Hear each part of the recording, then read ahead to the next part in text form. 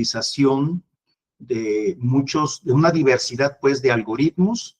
¿Por qué? Porque no todos, o no hay un algoritmo que se comporte de una manera adecuada para todos los tipos de problemas, ¿sí? Entonces, de ahí viene la necesidad de utilizar distintos algoritmos, probarlos, ¿sí? Con nuestro conjunto de datos, y en base a los desempeños que pudieran tener cada uno de ellos, probados de manera individual, las métricas o los resultados que nos den su evaluación nos van a permitir elegir, o sea, de manera cuantitativa, ya con valores, ahora sí que numéricos, donde no hay discusión, y también dependiendo del tipo de problema que nosotros, el contexto en el que queramos nosotros evaluar o aplicarlo, vamos a ver que en algunos contextos, por ejemplo, en el campo de la medicina,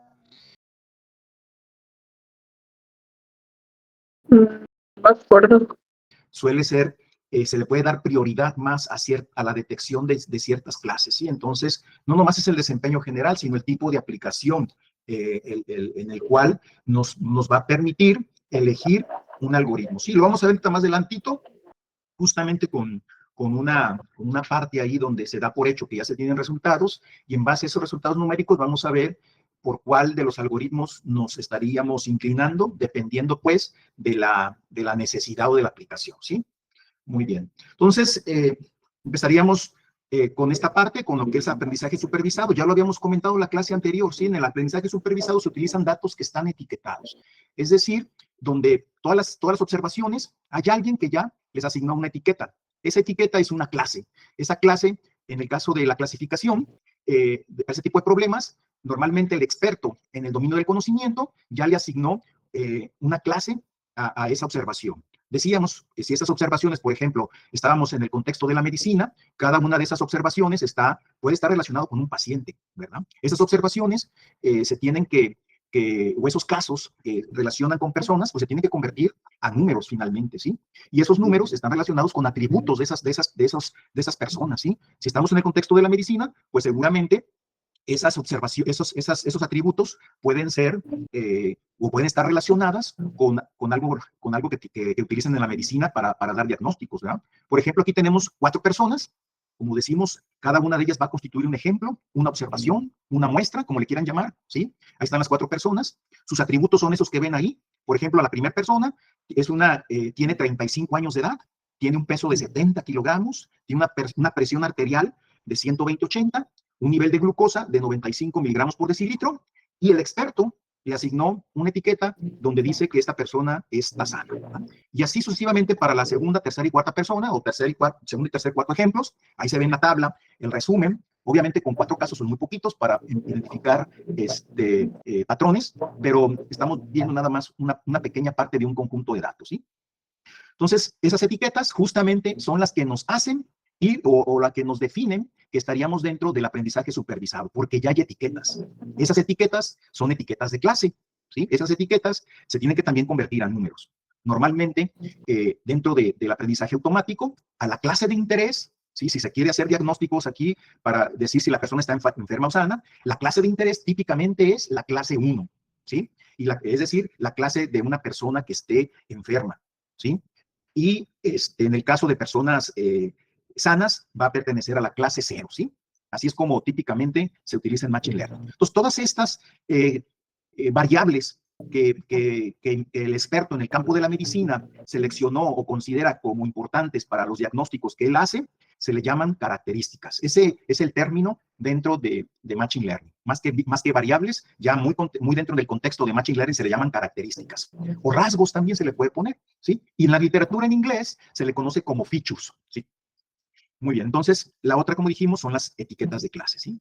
Bien, en el caso de desarrollar o plantear el diseño de un clasificador, un modelo que haga predicciones para que una observación o un paciente con estos datos lo pueda asignar a un tipo de clase, en el caso de persona enferma, perdón, sana o enferma, como hay nada más 2 clases, a este tipo de clasificación se le llama clasificación binaria. Ya lo habíamos comentado anteriormente en la clase de ayer. Cuando nada más hay que hacer predicciones sobre dos clases, se llama clasificación binaria. Cuando lo vamos a hacer por más de dos clases, se le llama clasificación multiclase.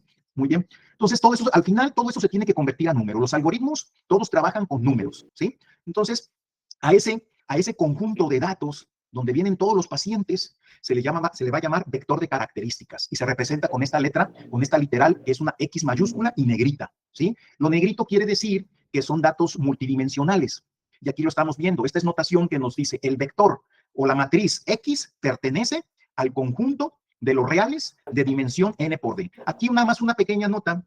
En la clase de ayer habíamos dicho que la cantidad de dimensiones, la cantidad de features, la íbamos a identificar con la literal n. Ya hice un ajuste porque voy a estandarizar todo para que las dimensiones queden como la letra D, como que está más relacionada, ¿verdad? La letra D nos ayuda más a relacionarlo con el número de dimensiones, ¿sí? Entonces, la n correspondería al número de observación.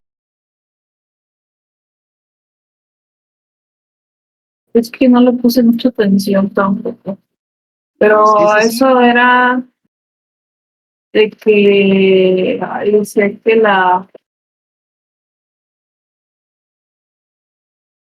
no me acuerdo, que la Y era algo, ya no me acuerdo.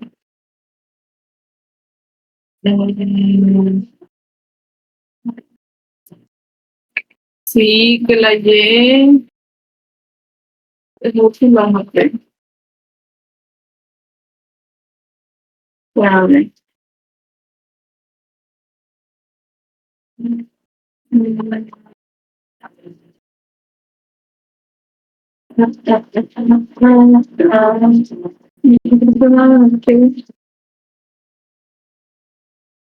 No, ahorita lo dice a lo mejor.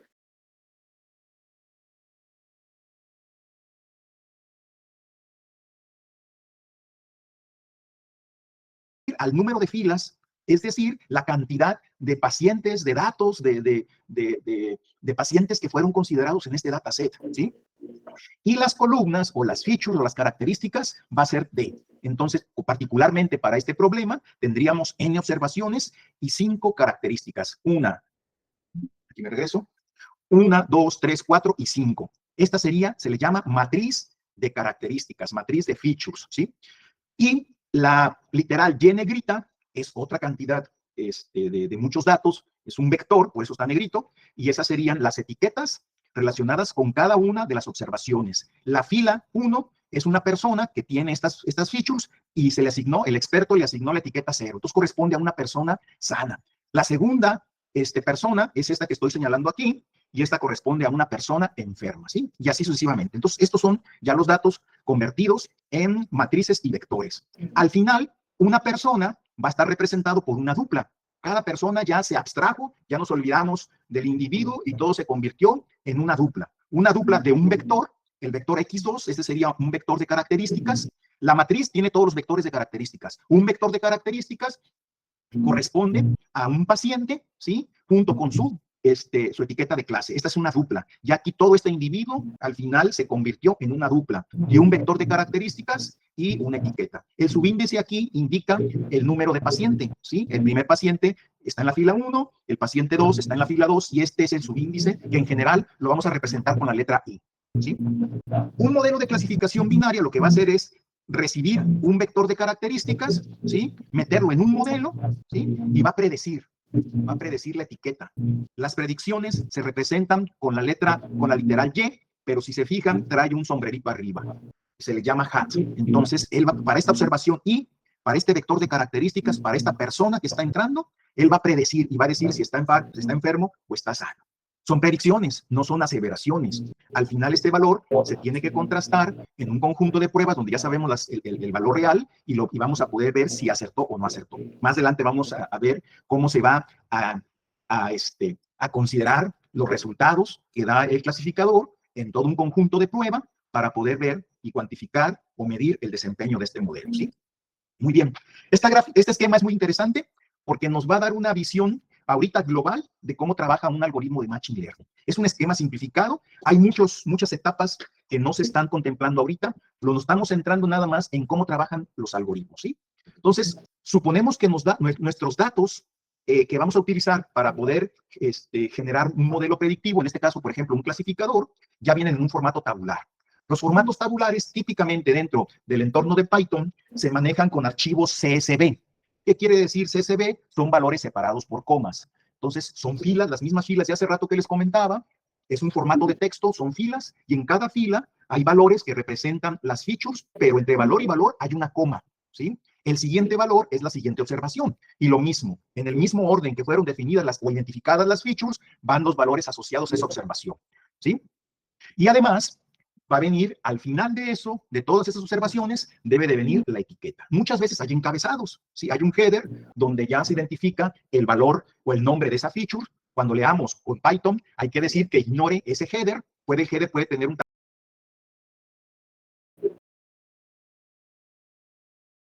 No no más de una fila. funciona. Entonces nosotros le tenemos que especificar cuánto vale el header para que ignore Ya. esas filas, y después de esas filas, ahora sí ya vienen los datos. Entonces el header se utiliza para describir a lo mejor el dataset, de qué se trata, y podemos poner también cómo van ordenadas las columnas, ¿sí? Qué representan cada feature, y toda esa información puede tener cierto número de filas, y dentro de la lectura que hagamos a través de Python, le podemos decir cuánto mide en líneas el header de ese archivo, para que cuando se vaya a asignar eso a una variable, descarte cierto número de filas, y a partir de la siguiente fila ya empiezan los datos, ¿sí? Entonces es el formato que normalmente entra o que se utiliza dentro de Python. Ese conjunto de datos lo vamos a tener que separar en dos partes, ¿sí? Uno se llama conjunto de entrenamiento, ¿sí? Este que están viendo aquí, y el otro se llama conjunto de prueba. Déjenme ver si puedo poner aquí mi marcador. Permítanme.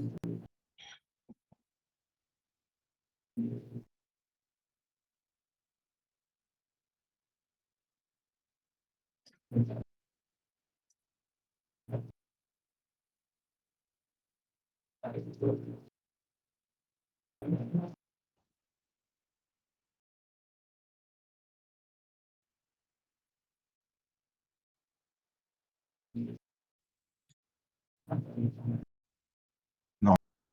Y aquí sí me está saliendo. Por Google, no sé. Típicamente hay una proporción de los datos que se utiliza para dividir mi conjunto completo de datos.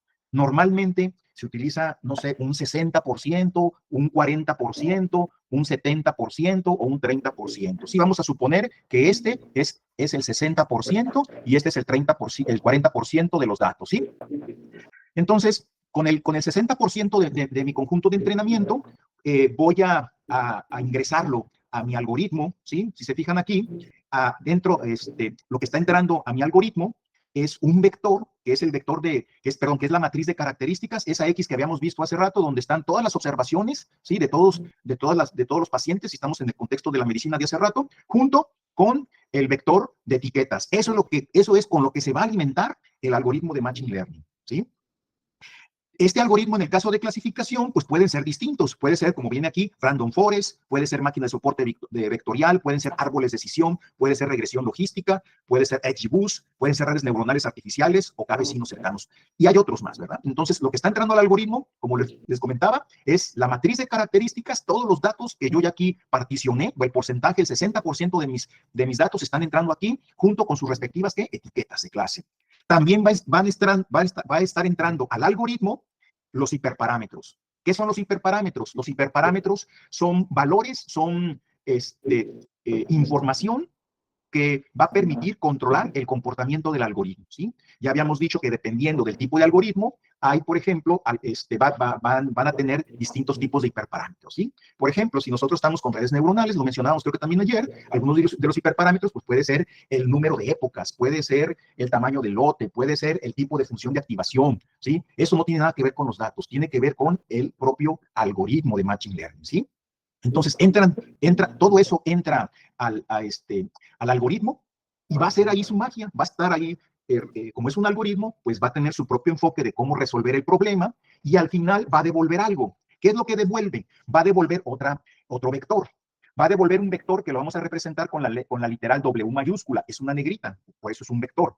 Este vector, ¿qué es? Es el vector de pesos. El entrenamiento que hizo aquí, ¿sí? Le permitió encontrar los pesos óptimos que van a permitir utilizarse dentro del modelo. Entonces, lo que devuelve son los pesos que se van a utilizar en el modelo. Esos son los pesos óptimos. Esos pesos son los que obtuvo optimizando, por ejemplo, una función de costo, ¿sí? Esto le va a tomar un tiempo y cuando termina de entrenarse, es lo que devuelve, ¿sí? Entonces, ¿el entrenamiento qué es? Proporcionarle este conjunto de datos etiquetados, proporcionarle los hiperparámetros que nosotros consideremos o busquemos a través de estrategias que vamos a ver más adelante, y todo eso nos va a permitir ya tener después del entrenamiento, nos va a permitir obtener o conocer ya los pesos óptimos, es decir, tenemos ya una función, una ecuación que vamos a utilizar, y ese es nuestro modelo, ¿sí? Este modelo, ¿sí? Es una, como ya dijimos, ese modelo es una ecuación, una simple ecuación, ¿sí? Esa ecuación puede ser una combinación lineal, como la ven aquí. Esa función la vamos a representar como f de x, ¿sí? Y aquí se está viendo una operación matricial, ¿sí? Se están multiplicando justamente estos pesos por un vector. Ese vector, ¿de dónde viene? Ya una vez que se terminó de entrenar, que ya terminamos de entrenar, ahora viene la parte de prueba. La parte de prueba se va a hacer justamente con ese 40% de los datos. Si tenía 100 datos aquí en los datos totales, los datos tabulares, 60 datos se utilizaron para entrenar y los 40 datos restantes, con esas 40 observaciones restantes que se mantuvieron todo tiempo ocultas. Es muy importante aquí tener en cuenta que ninguna de la información que esté en el dataset de prueba debe filtrarse en la parte de entrenamiento. Es decir, que si hay datos repetidos en el conjunto de prueba que aparezcan en el dataset de entrenamiento, eso es un grave problema. Se le llama data leak, se le llama fuga de datos.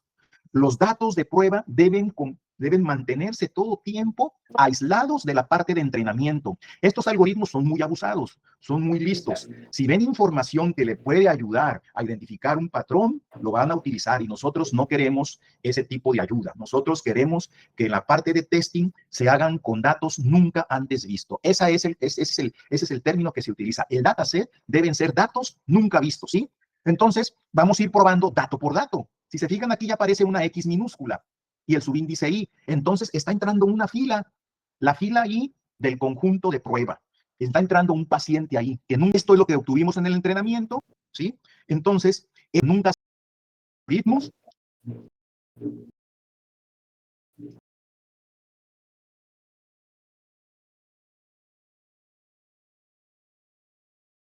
Sí.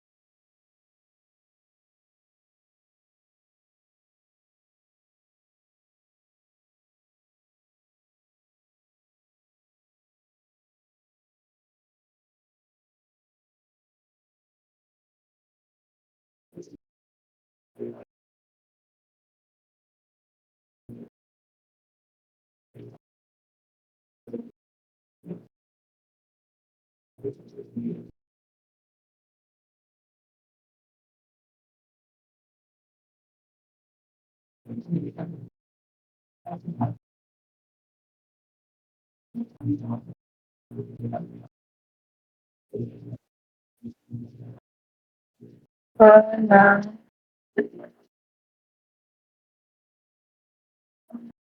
Sí.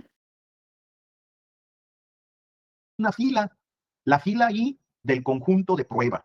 Está entrando un paciente ahí que nunca se vio en el conjunto de entrenamiento. Entra el modelo y el modelo ya es una ecuación, ¿sí? Entonces, esto es lo que obtuvimos en el entrenamiento, lo que es el vector de pesos. Esta T que ven aquí es una operación de transposición, es una operación matricial, y se va a hacer esa operación con mi vector de características que representa una observación, ¿sí?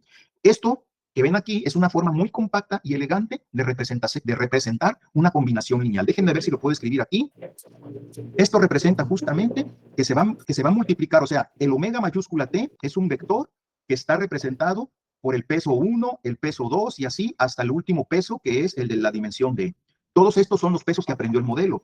Entonces, Esta función lo que hace es, agarra el peso 1 y lo multiplica por la característica 1. Agarra el peso 2, este que ven aquí, y lo multiplica por la característica 2. Y así sucesivamente hasta el último peso, que es el de la dimensión D, y por la observación, perdón, por la característica D.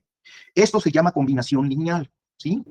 Esto es demasiado largo de escribir. El álgebra lineal, eso que dijimos que ya era tan importante en Machine Learning, nos permite representar esto en forma muy compacta y elegante, en forma matricial, vean, así. Este peso que ven acá se le llama sesgo, es un término independiente, ¿verdad? Entonces, vean, es lo mismo, es lo que se está haciendo, ¿sí?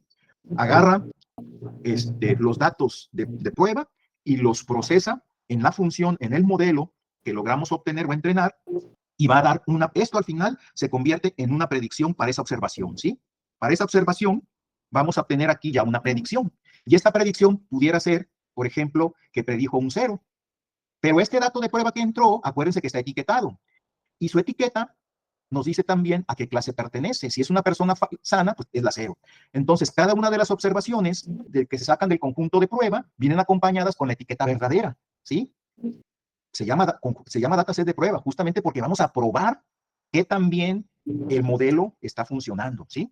Entonces, vean, aquí ya se hace un contraste. Para una observación, la I va a ir cambiando desde la primera observación de mi conjunto de prueba hasta la última. Habíamos dicho, ahorita que ya hice la corrección, o de comentarles que el dataset de entrenamiento va a tener n observaciones. Entonces, desde la primera observación I igual a 1 hasta la m, se va a estar haciendo este proceso. Entra una observación del primer paciente, se hace una predicción, ¿sí? Está representada por la la observación 1 con el hat S para decir que es una inferencia, que es una predicción que está haciendo, y él dice que es 0. Y se compara, por ejemplo, con el valor real.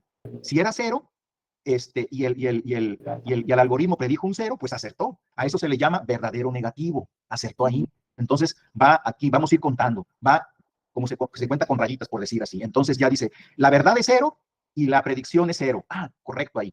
Ese es un verdadero negativo.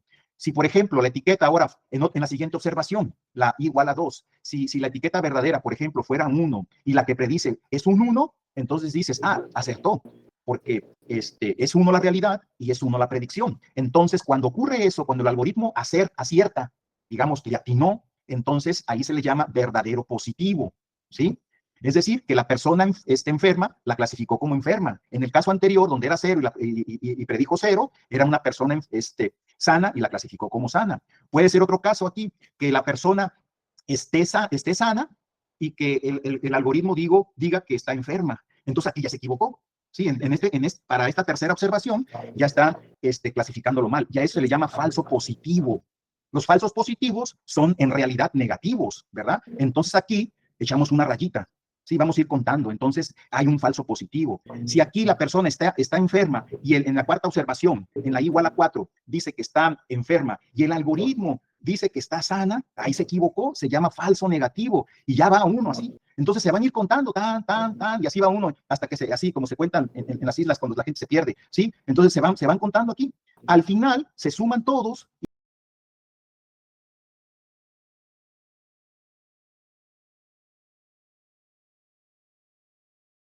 Pues, no sé, ¿quieres poner en rápido? A ver, si quieres ponlo en rápido y ya se verá, solo la IA.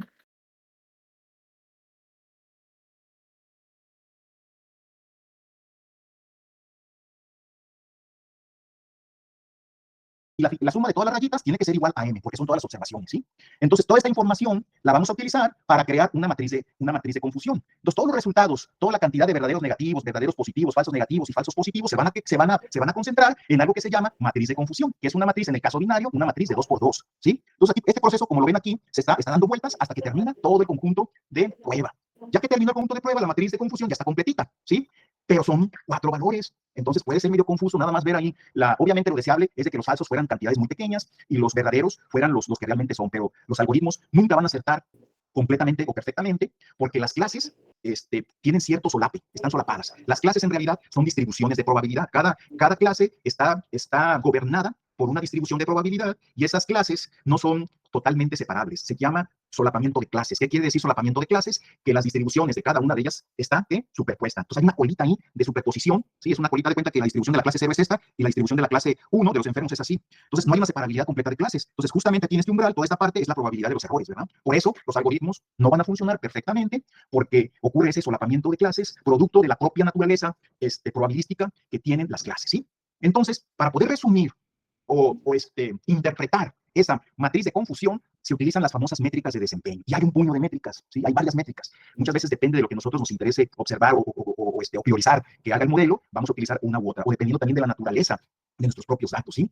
Entonces, esa matriz de confusión, luego elegimos una métrica y ya tenemos nada más un solo valor. Típicamente, las métricas de desempeño, casi todas, dan valores de 0 a 1. Entre más se acerque a 1, mejor es el desempeño. Entre más se acerque a 0, peor lo es, ¿sí? Entonces, con un solo valor, ya estamos resumiendo el comportamiento del desempeño del modelo extraído de esa matriz de características. Ya con todas las métricas de desempeño para uno de los algoritmos, hacemos un reporte. Y ahí vamos a tener ya de manera gráfica, con tablas, por ejemplo, de desempeño, vamos a ver cuál es el desempeño que tiene, utilizando cada una de las métricas, cada uno también de los algoritmos, y al final tenemos que tomar una decisión. ¿Con cuál de los algoritmos cuál de los algoritmos vamos a seleccionar? No sé si hasta aquí es una parte clave, ¿sí? Para poder entender cómo trabaja un esquema relacionado con Machine Learning. No sé si hay alguna duda aquí. Esta parte es importante. Sí, adelante. Maestro, bueno, preguntando referente al conteo de los falsos positivos, falsos negativos y demás, dice que es hasta llegar a M. ¿Eso sería como un conteo nada más generalizado para ver en qué momento se vuelve matricial? O como decir, no entendí muy mucho esa parte. Sí, perfecto. Va de nuevo. Déjenme aquí, ¿cómo quito esto? A ver, yo tenía aquí mi lápiz y no sé, se lució, fíjense, ya lo había dejado y nomás apagué aquí, voy a prender y ya no quiso. Déjenme ver cómo me salgo de esto. Ahorita lo voy a volver a presentar. Descarté, ahorita lo... A ver, aquí. Muy bien. Entonces, la proporción de mis datos es el conjunto de prueba, ¿sí? En este conjunto de prueba, yo tengo n observaciones. Tengo, por ejemplo, la característica es x1, la x2, hasta la xd. Esto representa a una persona. Y además tengo su etiqueta, ¿sí? Para la otra persona igual tengo sus observaciones, así. Cada una de ellas, esta es la persona 2 y esta es su etiqueta 2. Esta es la 1, ¿sí? ¿Cuántas observaciones hay aquí? Hay n observaciones, ¿sí? En el conjunto de entrenamiento hay n observaciones. Normalmente, la n es mayor que la m, ¿sí? Si decíamos que es el 60%, aquí el 60% de mis datos son para entrenar y el 40% son para probar, ¿sí? De mis datos. Algunos dicen, no, yo me quedo con 30 para probar, perdón, para entrenar, y con 30, 70% para entrenar y 30% para probar, ¿sí? Entonces, al final vas a tener un valor de observaciones para el conjunto de prueba. Que sean 500 observaciones, pon tú con 500, que sean... Ok, eso no quiere escribir. Ok. Ahí está ya. Supongamos que son 500 observaciones con las que tú vas a probar, ¿sí? Entonces, cada una de las observaciones las vas a estar metiendo al modelo, a esa F que recibe esa observación. Esta X es el vector de observaciones. Es todo esto, lo vas a meter, lo de una persona, ¿sí? Y él entra esto aquí, ¿sí? Y lo procesa, como dijimos, lo va a procesar matricialmente con este vector que aprendió durante el entrenamiento, ¿sí? Y lo que está entrando aquí, que esta es la persona que está entrando aquí, ¿sí? Y el resultado va a ser una predicción, que la ponemos con J-hat para la observación 1, y él dice que es 0. Esa es la predicción, eso es lo que está infiriendo, eso es lo que le dice el modelo. La realidad está acá, en el conjunto de pruebas. Si aquí dice que es 0 la realidad para esta observación y está prediciendo que es 0, pues que a todo dar. El modelo acertó. Eso se le llama verdadero negativo. En el contexto de Machine Learning, normalmente la clase positiva es la 1, ¿sí? Se le llama al 1, se le llama clase positiva, ¿sí? Y es la clase de interés. Normalmente en Machine Learning nos interesa predecir la clase positiva, que es, por ejemplo, en este caso, una persona que esté enferma. Y esa clase de interés es la clase 1, es la clase positiva, ¿sí? Esto significa persona enferma. ¿Sí? Es lo que nos interesa, ¿sí? Puede ser la clase positiva, puede ser también, por ejemplo, un correo de spam, ¿sí? La negativa es lo opuesto a eso, ¿verdad? Entonces es la clase 0, clase negativa. En el contexto de la medicina, pues es una persona sana, ¿verdad? ¿Sí? Entonces, regresando aquí, alimentamos la primera fila del conjunto de prueba, lo metemos aquí y él predice 0. Pero eso también viene con una etiqueta, son datos etiquetados. Y la etiqueta verdadera es 0. Si él predice 0 y la etiqueta verdadera, o sea, se compara Y1 versus Y1 hat, ¿sí? Si es 0 aquí y es 0 aquí, se le llama a eso acertó. ¿Se le llama qué? ¿Verdadero qué? ¿Compañera? Positivo. No. ¿Negativo? Negativo. Verdadero negativo. Okay. Entonces, este es un verdadero negativo, porque la realidad era 0 y la predicción fue 0. ¿Sí? Acuérdate que el 0 representa la clase negativa. ¿Sí? Sí. Por otro lado, ahora vamos con la observación 2. La etiqueta 2, ¿sí? Que sea 1. Y el vector de características, lo voy a poner negrito, vean, porque aquí está todo el montón de características. Aquí viene todo, la presión arterial, la edad, todo aquí viene ahí. Y esto entra al modelo, aquí ahora entra X2. ¿Y qué va a salir? Y-hat2. ¿Sí? Si la etiqueta verdadera dijimos que era enfermo y predice enfermo, acertó. ¿Sí? Si predice 1 y la etiqueta es 1, entonces aquí es 1 y aquí es 1, ¿a ese cómo se le llama?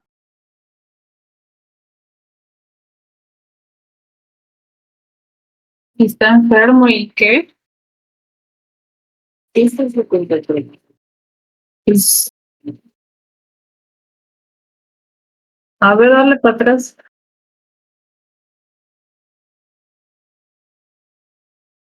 Entonces, si este predice 1 y la etiqueta es 1, entonces aquí es 1 y aquí es 1, a ese como es 1, acertó. ¿Sí? Si este predice 1 y la etiqueta es 1, entonces aquí es 1 y aquí es 1, a ese ¿cómo se le llama? Verdadero. Es positivo, ¿no? Es que no te... O sea, dice que es negativo porque acertó. Perfecto. Ah,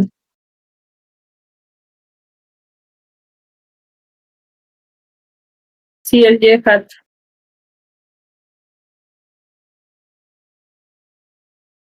Eso positivo.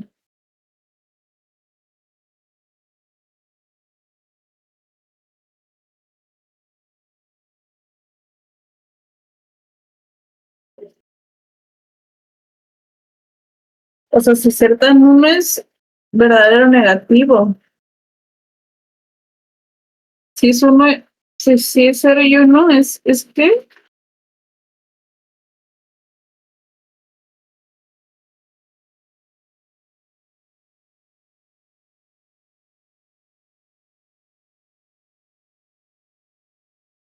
pues si es la predicción de 0. Es que no sé cuál es la primera.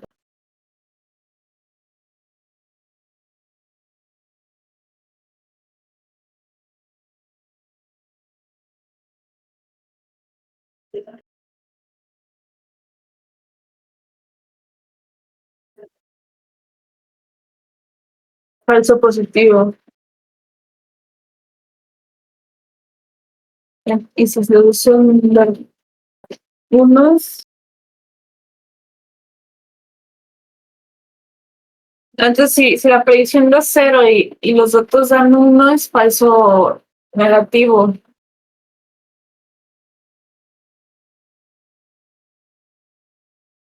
Y así es 1 y 1 es que verdadero positivo. Ya entendí ya. Positivo. Verdadero positivo, ¿sí? Porque Sí. es un positivo, porque es un 1, ¿sí? Pero puede ocurrir, déjenme ver cómo borro aquí esto. Borra. Uy, me van a hallar. Lástima que se descompuso ahí. A ver, se puede bajar un poquito más para acá. Ahí va. Entonces, ya vamos en la observación. Ya vamos en la observación. Esta es la I igual a 1, la I igual a 2 y luego sigue la igual a 3. Y si la observación 3 es un 1 y el modelo predice un 0,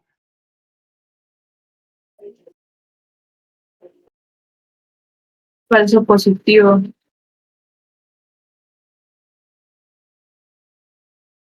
No. Si el modelo predice 1 y los datos es 0, es falso positivo, ¿no? ¿cómo se le llama eso? ¿Sería un falso negativo? Falso negativo, exacto. ¿Por qué? ¿Quién tuvo la razón? Pues tú, ¿pero por qué?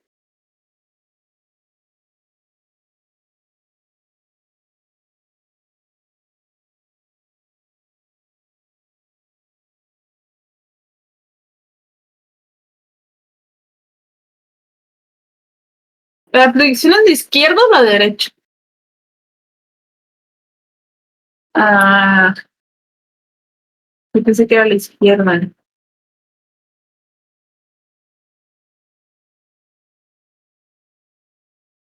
O sea, Y-hat es el modelo y la Y son los datos reales.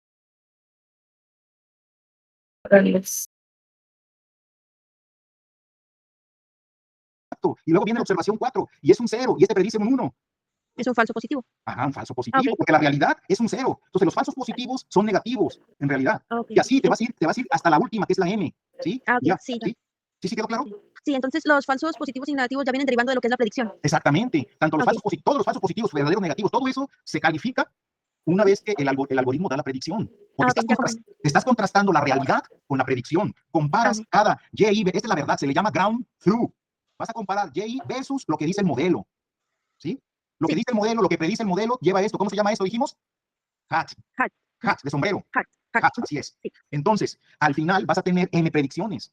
Y esas predicciones te van a dar acertó tantas veces con verdaderos, negativos o positivos. Y si sumas todo esto, lo que contabilizaste, pues te tiene que dar M, porque son todas las calificaciones que hizo, ¿sí? Es lo que mide mi conjunto de prueba, ¿sí? ¿Sí quedó claro? Sí, muchas gracias. Sí, me quedó claro, gracias. Perfecto. Continuamos entonces. Me regreso a la presentación. A ver aquí. Qué buena onda enseñar. Y qué buena onda explicando.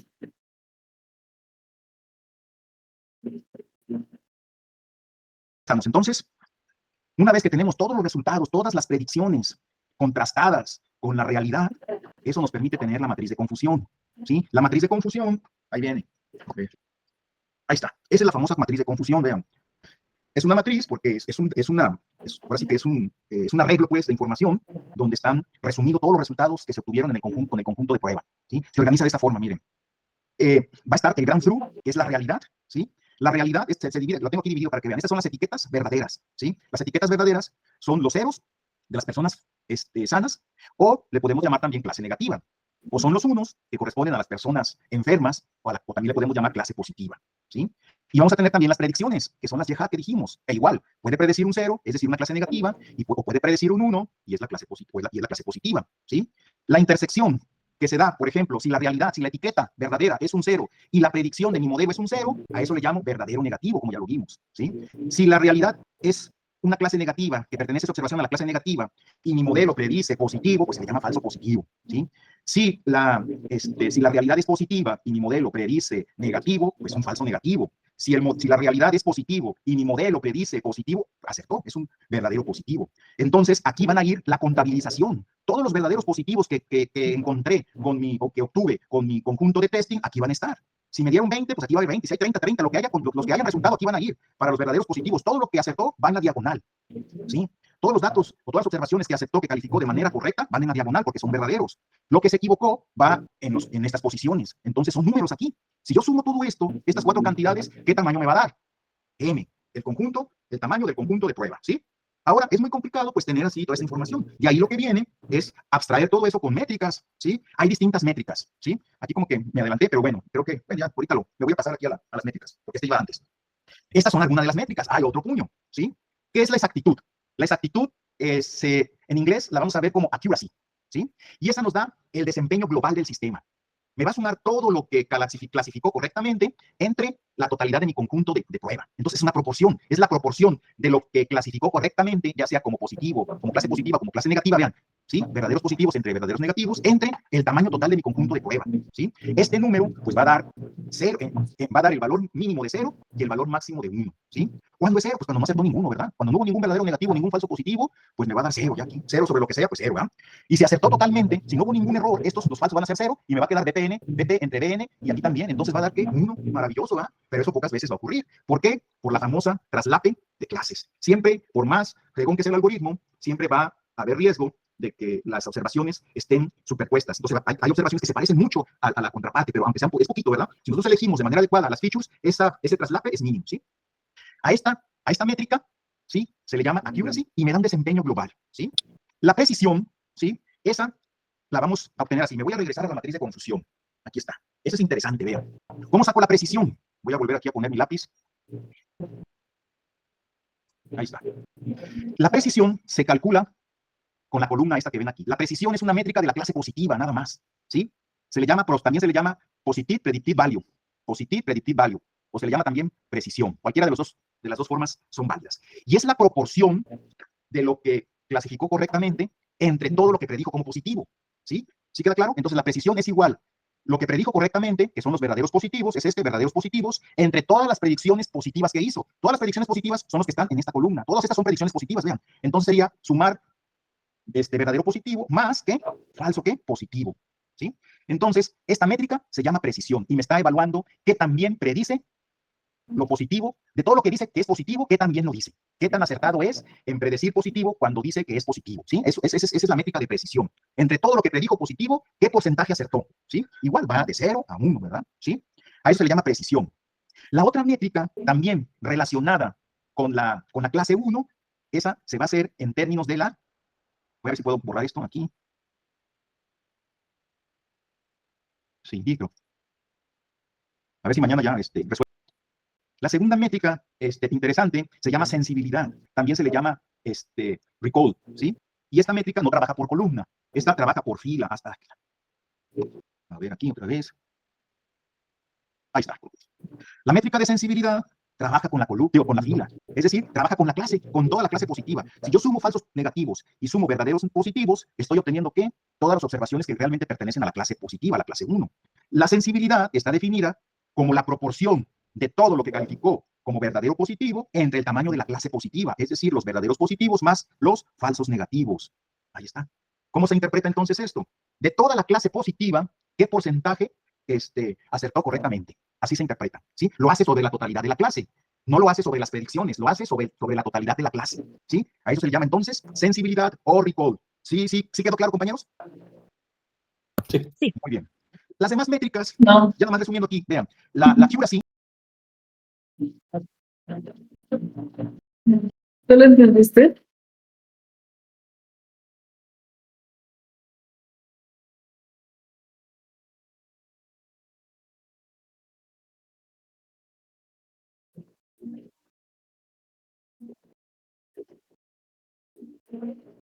Verdaderos.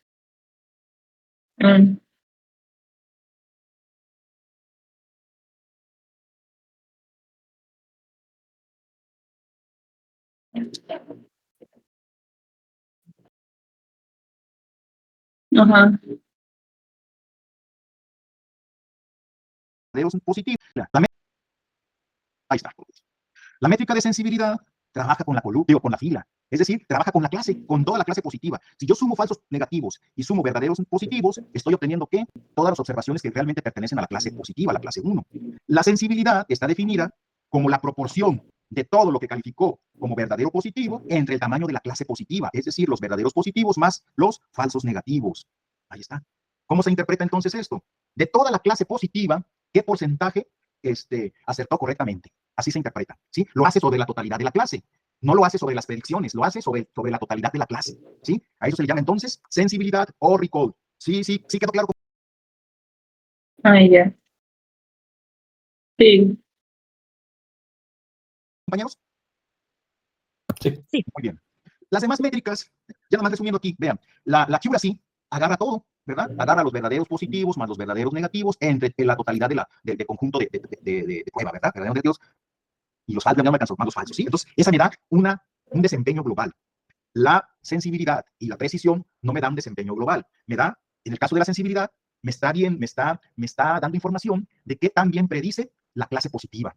En el contexto de la medicina, ¿sí? Esta métrica de la sensibilidad suele ser muy importante, porque los costos de equivocarse son más altos, ¿sí? Si yo digo que la persona está sana y en verdad está enferma, ahí el costo de haberme equivocado es más alto, porque la persona que estaba enferma, le digo que está sana, o que no está enferma, para ser más específico, que no está enferma, no le doy el tratamiento, ¿verdad? Entonces la regreso a su casa y el costo que es, está poniendo uno en riesgo su vida, ¿sí? La persona no está recibiendo el tratamiento, al final va a regresar y ahora sí a lo mejor ya con toda la evidencia de que está enferma, pero se le pasó el tiempo. Entonces el costo es tremendo porque se está poniendo ahí en riesgo la vida. Si yo me equivoco y está sana y digo y predice como enferma, pues ahí el costo, pues a lo mejor es de que le voy a dar medicina, no sé, y va a estar recibiendo un tratamiento, a lo mejor, no hablemos de algo extremo, pero sí que en este caso, pues se esperaría pues que nada más le voy a hacer que reciba un tratamiento que en realidad no necesite, pero al final no está tan tremendo el riesgo como haberme equivocado al revés, ¿verdad? Entonces, en muchos casos, en el contexto de la medicina, más que la precisión, la sensibilidad es la que suele utilizarse e ir valorándola, ¿sí? Con mayor, o sea, dándole más importancia a esta métrica para poder equivocarnos menos, ¿sí? Y tener mejores resultados en las tareas de predicciones, ¿verdad? ¿Sí? Muy bien. Entonces, vamos a ver que existen distintas métricas.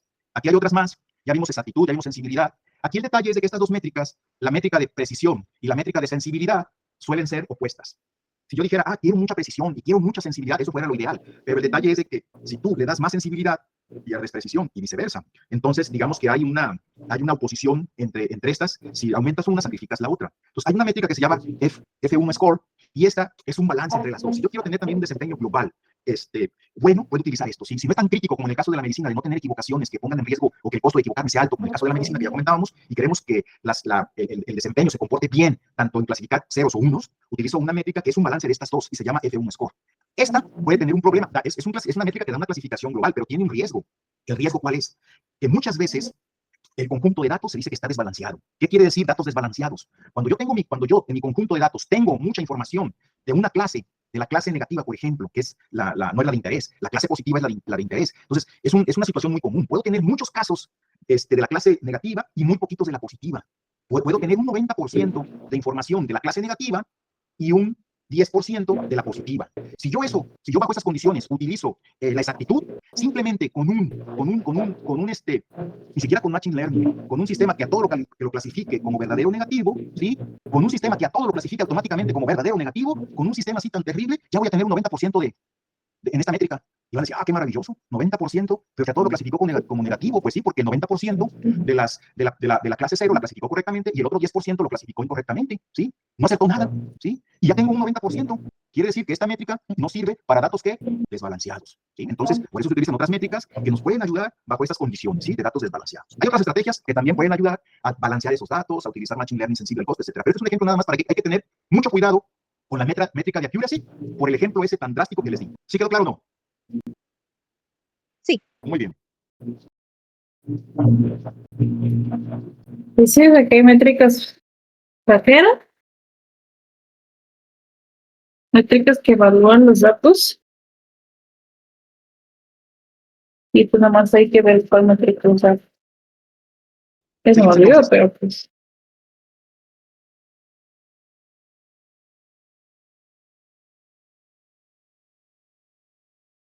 Los datos que ocupan precisión. Pues sí, o sea, pues que si la riegas, pues ya mataste a alguien.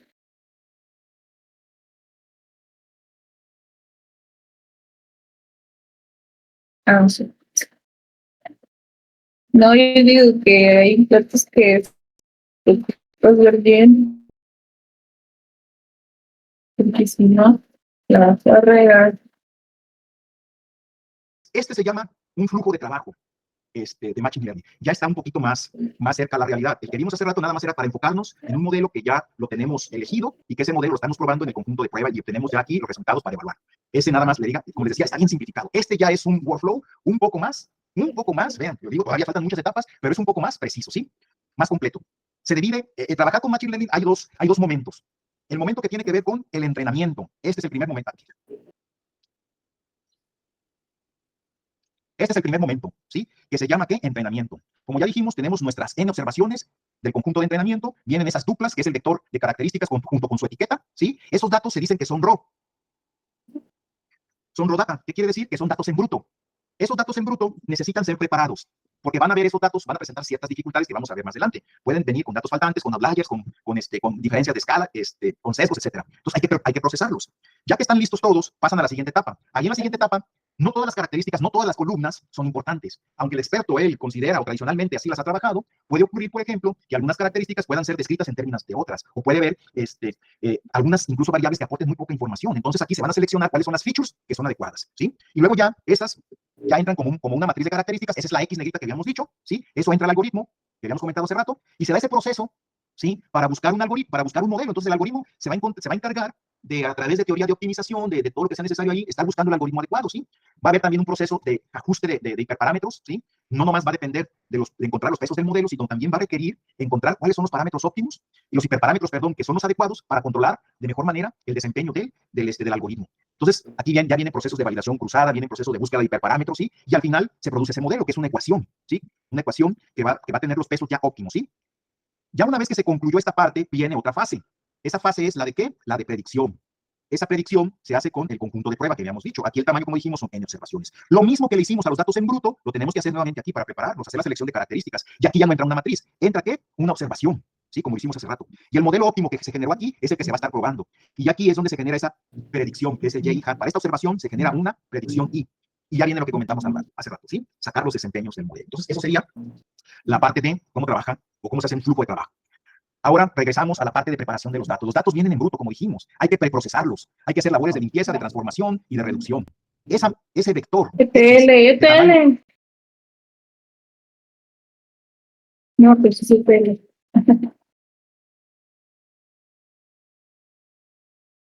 ETL, expresión, transformación y limpieza. Creo.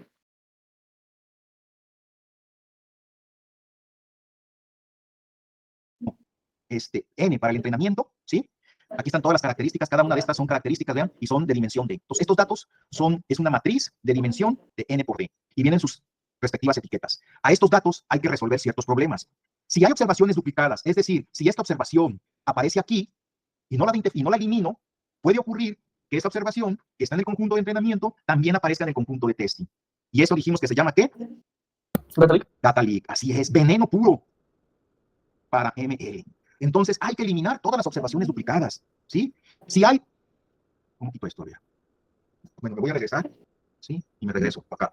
Y no se borró. Bueno, si estas features...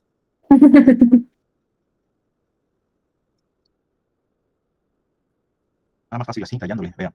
Ahí está. Entonces, ahí está. Si esta característica que ven aquí, que es la característica número 2, puede ser descrita por términos o combinaciones de otras características, es de que si sumo esta más esta me da esta característica se dice que es ¿qué? Redundante. Está de más, es información redundante. Entonces, hay que eliminarla esta, no se necesita. Entre menos dimensiones tenga, que estén de paca, que estén de más, mi algoritmo va a ser más eficiente, ¿sí? Mi algoritmo se va a comportar mejor, ¿sí? Entre más variables tengan que sean innecesarias, me puede llevar a problemas de inestabilidad en mi modelo. Pueden provocar problemas de overfitting, ¿sí? Acuérdense que muchas dimensiones pueden estar sobreajustando mi problema. Entonces hay que identificar todas esas variables que están de más, ¿sí? Puede ocurrir también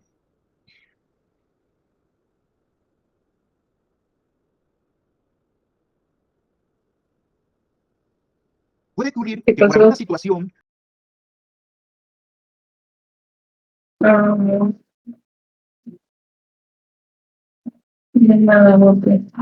alguna de estos valores no aparezcan, que estén vacíos ahí. Es muy común eso, sobre todo cuando estas cosas se hacen a mano, ¿sí? Y estos datos se le llaman missing data, datos faltantes. Entonces hay que identificar si hay datos faltantes y hay que llenar, o ya sea que borre toda la observación, o ya sea que aquí le ponga un valor. Pero si hay pocas, si te están dando el lujo de estar eliminando observaciones completas, y si tienes pocos datos y todavía los estás eliminando, entonces estamos en un problema. Entonces muchas veces se identifica que hay un dato faltante y se rellena, por ejemplo, con la moda, con la media, con un valor estadístico que represente toda esta columna. Saco la media de toda esta columna y ese valor lo relleno ahí. A eso se le llama imputación de datos, ¿sí? Entonces, se detecta los datos faltantes y luego ¿qué? Se imputan, ¿sí? También puede ocurrir que en muchas ocasiones, sobre todo cuando se llena a mano esto, puede ver que alguien se haya equivocado y que haya puesto, en vez de poner un valor, ¿sí? Ponga un valor equivocado, ¿sí? Que digan, este 5 que parece un 8 es un 7. Y caray, pues hay que, entonces te estás confundiendo ahí, pero puede ser datos extremos, ¿verdad? Datos muy extremos que se alejen estadísticamente de toda la columna. Esos datos extremos que fueron escritos por errores, ¿sí? Incluso pueden ser también por la propia naturaleza del problema, ¿sí? Pero si se aleja eso de la normalidad, hay que detectarlos. Esos valores extremos muy bajos o muy altos se llaman valores atípicos, en inglés outliers, ¿sí? Entonces hay que identificarlos y hay que imputarlos también, poner un valor. ¿Por qué? Porque esos valores atípicos van a hacer que mis modelos, sobre todo cuando es regresión o cuando tiene que ver con una combinación lineal, ese modelo va a cambiar un montón. Con solo un puntito, si todos los datos estaban aquí y hay un puntito, una sola observación que esté por acá, el modelo se va a ir con ese solo puntito, vean, ¿sí? Entonces hay que detectarlos y hay que eliminarlos o imputarlos. Ya también hay que hacer el proceso de transformación. ¿Qué es transformar aquí? Puede haber que algunas features sean numéricas y que algunas features sean cadenas de texto. Por ejemplo, si aquí es la edad y aquí es el grado de estudios, por ejemplo, pues entonces ya tenemos, no tenemos una X ahí, no tenemos una matriz, ¿verdad? Tenemos que esos datos convertirlos a números. Estas variables que toman datos no numéricos se les llaman variables categóricas. Las variables categóricas son datos no numéricos y se pueden clasificar de dos tipos. Variables ordinarias pueden ser categóricas ordinarias o pueden ser nominales. Las ordinarias, como su nombre lo indica, son aquellas que tienen un orden jerárquico, ¿sí? Por ejemplo, si esa variable categórica representa el grado de estudios, yo puedo, por ejemplo, ordenarlo por el grado de maestría, de doctorado puede ser el nivel más alto, que sea 3, darle un valor de importancia 3, maestría 2 y licenciatura 1, por ejemplo. Entonces, el número ya está relacionado con una jerarquía. Ellas se llaman variables que dijimos ordinarias, ¿sí? Las categóricas del otro tipo son las nominales, son aquellas que no tienen un orden, que no se les puede dar un orden, ¿sí? Entonces, en este caso, pudiera ser, por ejemplo, la ciudad, ¿verdad? ¿Sí? O pueden ser, no sé, el mes, los meses, agosto, bueno, a lo mejor ahí sí porque llevan un orden de aparición, ¿verdad? Entonces, aquellas variables que implícitamente no llevan un orden, se llaman variables categóricas, es texto, pero son variables de tipo nominal, ¿sí? Hay que codificarlas, hay que convertir esas cadenas de texto, ¿qué? En números. Puede haber que algunos datos tengan escalas distintas. Por ejemplo, uno si habla, por ejemplo, de un valor en una escala, por ejemplo, de 10 a la menos 3, de unidades menores a 1, y otra trae de toneladas, ¿sí? Otra puede estar en una escala muy grande, ¿sí? Entonces, hay una discrepancia muy alta de escala, se llama. Hay una diferencia de escala. ¿Qué quiere decir? Que esta variable grandota, que toma valores muy altos, se va a comer a la pequeña. Entonces, hay que estandarizar para que todas estén en la misma escala. Eso se llama estandarización. Y la normalización es de que algunas variables pueden tener distribuciones sesgadas, ¿sí? Y para quitar ese sesgo, o sea, son variables que no tienen distribuciones normalizadas o equilibradas, ¿sí? Estadísticamente, y hay que transformarlas, hay que normalizarlas para que funcionen mejor los algoritmos, ¿sí? Al final, bueno, la reducción de dimensionalidad también tiene que ver con ir eliminando esas variables redundantes que habíamos comentado. Todas las observaciones, ¿sí? Al final se convierten en un punto. Si tenemos nada más 3 dimensiones, por ejemplo, una dimensión aquí x1 o x2, otra feature aquí x3, todas, si esas observaciones nada más utilizan tres dimensiones, las podemos graficar, las podemos representar en un esquema de 3 dimensiones, ¿sí? Y aquí cada puntito es una observación, es una persona, es un pan, lo que ustedes gusten, cada puntito, ¿sí? Y puedo yo utilizar, este es un scatterplot en 3 dimensiones, todos los puntitos representan un dato, ¿sí? A ese dato se le llama data point, ¿sí? Cuando yo todos los data points de un conjunto de datos los represento gráficamente, van a generar point cloud data, nubes de puntos. Y si yo elijo de manera adecuada las variables o las características, va a haber una buena separabilidad de clase. Es decir, vean, todos los que pertenecen a la clase esta roja, vean que están por acá. Y bueno, aquí habría que ver, pero aquí entre la clase de los puntos azules y de los verdes, hay cierto solape, pero es por la propia naturaleza de los datos. Pero un clasificador se puede utilizar ahí con planos o con hiperplanos, puede ayudar a separar esas clases. Esos hiperplanos son justamente los modelos. Los modelos son hiperplanos que nos ayudan a poder separar las clases en espacios de dimensión D, ¿sí? Bien, todo esto se tiene que realizar a través de un trabajo que tenga que ver el desarrollo de código, ¿sí? Todo esto se tiene que implementar. Todas esas matemáticas que están detrás de toda esta magia, a lo largo del tiempo, los investigadores que profundizan en todas estas herramientas han ido creando soluciones y los programadores lo han convertido en bibliotecas. Y esas bibliotecas se han ido integrando a frameworks, ¿sí? O sea, ya está todo completo ahí, o engloba un montón de herramientas para poder codificar todo esto que hemos estado haciendo, ¿sí? El enfoque ahorita, la tendencia hacia donde se está dirigiendo el desarrollo de este tipo de soluciones, en un gran porcentaje está en Python. Python son los cimientos para empezar a construir todo esto. Python por sí mismo no proporciona directamente la mejor forma de poder representar variables que nosotros queramos almacenar o generar o identificar dentro de nuestros códigos. Tiene estructuras de datos muy rudimentarias, ¿sí? Que no son eficientes, ¿sí? Tenemos listas, tenemos diccionarios, y así si nosotros trabajamos directamente con ellos, no son tan eficientes. Por eso, sobre Python se crea una primera capa que nos permite ir complementando las deficiencias, o no las deficiencias, las limitaciones que tiene Python por su propia naturaleza. Vamos a encontrar, por ejemplo, con una consola mejorada. Esa consola se llama IPython, ¿sí? Es una consola más eficiente, ya con, digamos, hasta con color y todo. Sigue siendo una consola, sigue siendo CLI, Command Line Interface, pero se ve más bonita, ¿sí? Vamos a tener mejores estructuras de datos. Esas listas, si nosotros manejamos los datos que tenemos y los manejamos como variables de listas, el desempeño no es tan eficiente. Entonces, sobre las listas de Python se monta una biblioteca que se llama NumPy, y esta me permite crear una estructura de datos más eficiente, con mejor desempeño, y esa biblioteca que me permite crear esas estructuras de datos que se llaman arreglos, esa biblioteca se llama ¿qué? NumPy. Entonces es para crear arreglos de datos numéricos, ¿sí? Muchas veces nos gusta escribir códigos, ¿sí? Que sean iterativos. ¿Qué quiere decir iterativos? Que yo pueda estar interactuando con lo que voy escribiendo. Entonces hay una forma de poder ir escribiendo código a través de celdas.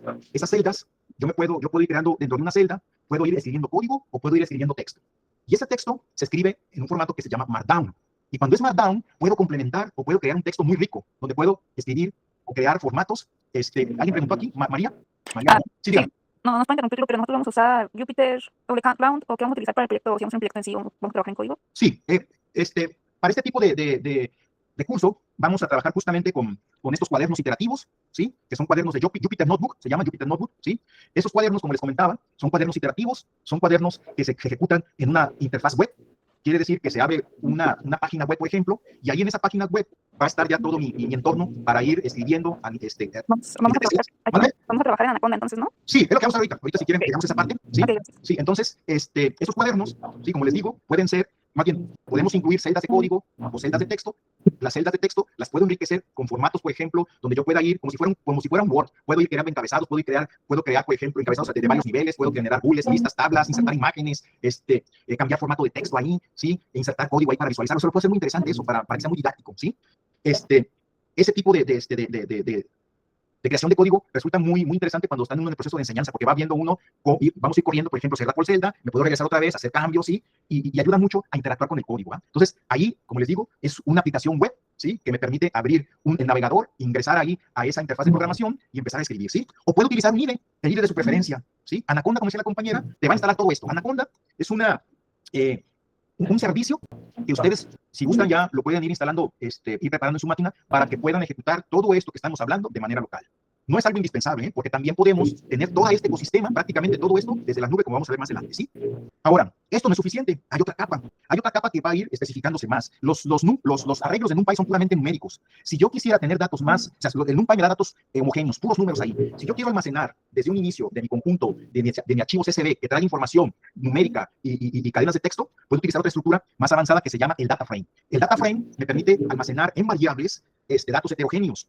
Y esta biblioteca se llama Pandas. Esa estructura de datos, de data frames, como digo, se crean con esta biblioteca. Yo trabajé con Para todo las de eso. comunicación, vamos a utilizar una biblioteca que se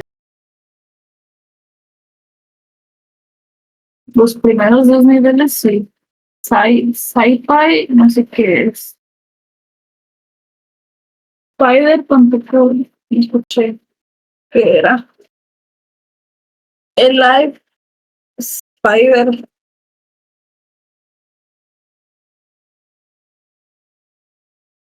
llama Matplotlib o una que se llama Seaborn, ¿sí?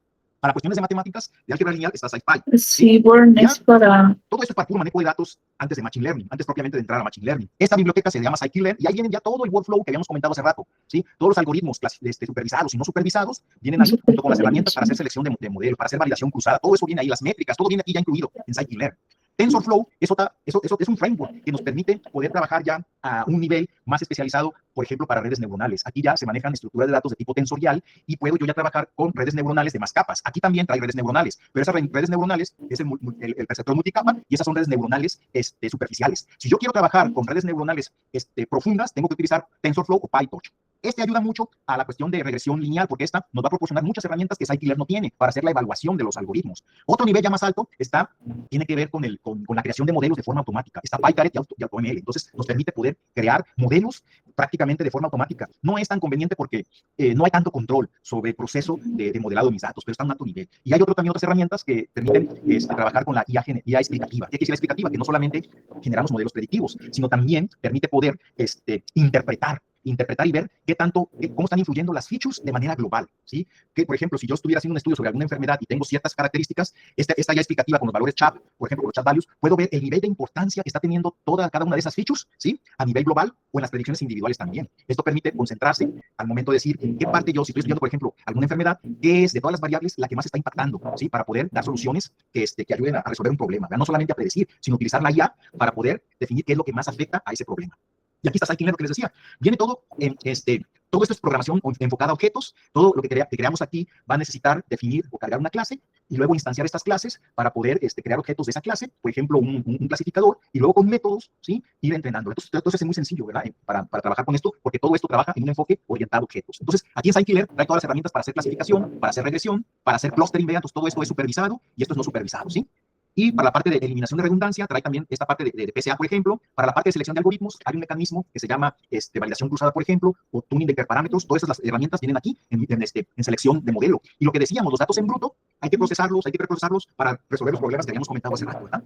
Y aquí viene lo interesante, lo que hace rato comentaba una compañera, ¿sí? Nosotros podemos trabajar todo esto dentro o de manera local en nuestras máquinas. Y para eso necesitaremos instalar lo que es Anaconda. Anaconda se va a encargar de instalar todas las bibliotecas que hemos mencionado, prácticamente lo básico, junto con Scikit-Learn, Pandas, Matplotlib, muchas de esas herramientas que mencionamos las va a instalar, ¿sí? Y nos va a preparar nuestra máquina para empezar a realizar nuestros códigos. Esa es la opción 1. La opción 2, no necesitamos nada de eso, nada más nuestra máquina y una conexión a Internet y una cuenta de Google, ¿sí? ¿Qué es eso? Que a través de Google nos da un servicio que se llama Colaboratory, ¿sí? Ahí en Colaboratory nos va a dar justamente ese entorno de cuadernos de Jupyter para empezar a codificar ahí. Directamente entramos a ese navegador, a esa interfaz web en forma de navegador, ya van a aparecer ahí las opciones, el escenario para ir alimentando, ir generando esas celdas, ¿sí? Y empezar a escribir código, ¿verdad? Entonces es una manera muy sencilla. Prácticamente casi todas las bibliotecas que utilizamos están ahí. Una que otra que haga falta se puede instalar también adicionalmente, ¿sí? La mayoría están y constantemente se está actualizando para tener todas las bibliotecas que se necesiten. Si es necesario instalar con el pip install, es un comando, podemos instalar esa librería o esa biblioteca que necesitemos. Desafortunadamente, cuando salgamos de la sesión, esa instalación se va a perder y hay que volverla. En cada sesión que abramos hay que estarla volviendo a instalar, pero son muy pocas, ¿sí? La ventaja de trabajar en la nube con Colaboratory es de que podemos, vamos a tener la opción de poder montar unidades en Drive. Y ahí en esas unidades en Drive pueden estar nuestros datasets. Yo les puedo compartir mi unidad de Drive, ¿sí? Ustedes la montan y desde ahí van a ver ya mi dataset que yo les estoy compartiendo. Entonces, no hay necesidad de estarse preocupando por instalar nada en tu máquina, no hay necesidad de decir, ahí te va este archivo y estándolo pasando. No, lo vamos a tener de manera inmediata y simultánea, utilizando o montando unidades de Drive. Ahora, también hay otras plataformas donde puede haber código ya, código realizado, por ejemplo, en GitHub, ya lo han de conocer, es una plataforma para el control de versiones. Ahí la gente sube código que lo puede poner disponible y ahí van a ver todos los cuadernos ya realizados. Nosotros los podemos importar para correrlos en nuestro Jupyter, en nuestros cuadernos, ¿sí? También en Kaggle, que es otra plataforma donde también puede haber código, puede haber información, puede haber datasets también que nosotros podamos utilizar y enriquecer nuestro trabajo para dar más ideas. Entonces todo se concentra, como pueden ver, desde Collaboratory, es la parte medular, y de ahí ya voy a uno u otro lado y empiezo a ejecutar código de otros lados, ¿sí? Y finalmente ya, con esta diapositiva, trato de ejemplificar que a la hora de escribir, a la hora de a lo mejor de estar escribiendo una instrucción, por ejemplo, para crear un modelo de clasificación, como puede ser la regresión logística, ¿sí? Con muy pocas líneas, ¿sí? Yo voy a estar haciendo todo esto que les platiqué. Por ejemplo, aquí estoy importando, ¿sí? Estoy importando esta clase, esta aquí, que se llama Logistic Regression, que pertenece al módulo de Linear Model, ¿sí? Y que a su vez ese módulo forma parte de la biblioteca de Scikit-Learn. Entonces, una vez que yo ya tengo mi clase importada, yo ya puedo crear objetos, puedo instanciar esta clase y empezar a crear objetos de la clase de Logistic Regression. Entonces, aquí estoy creando un objeto, le pongo el nombre que yo quiera, va a ser mi clasificador. Ese objeto, entonces, ¿sí?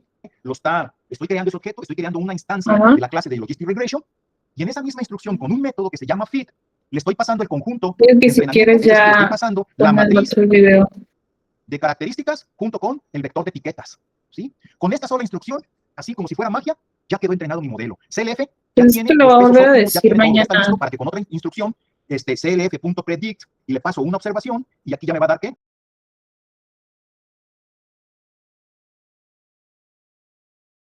Mañana en presencial.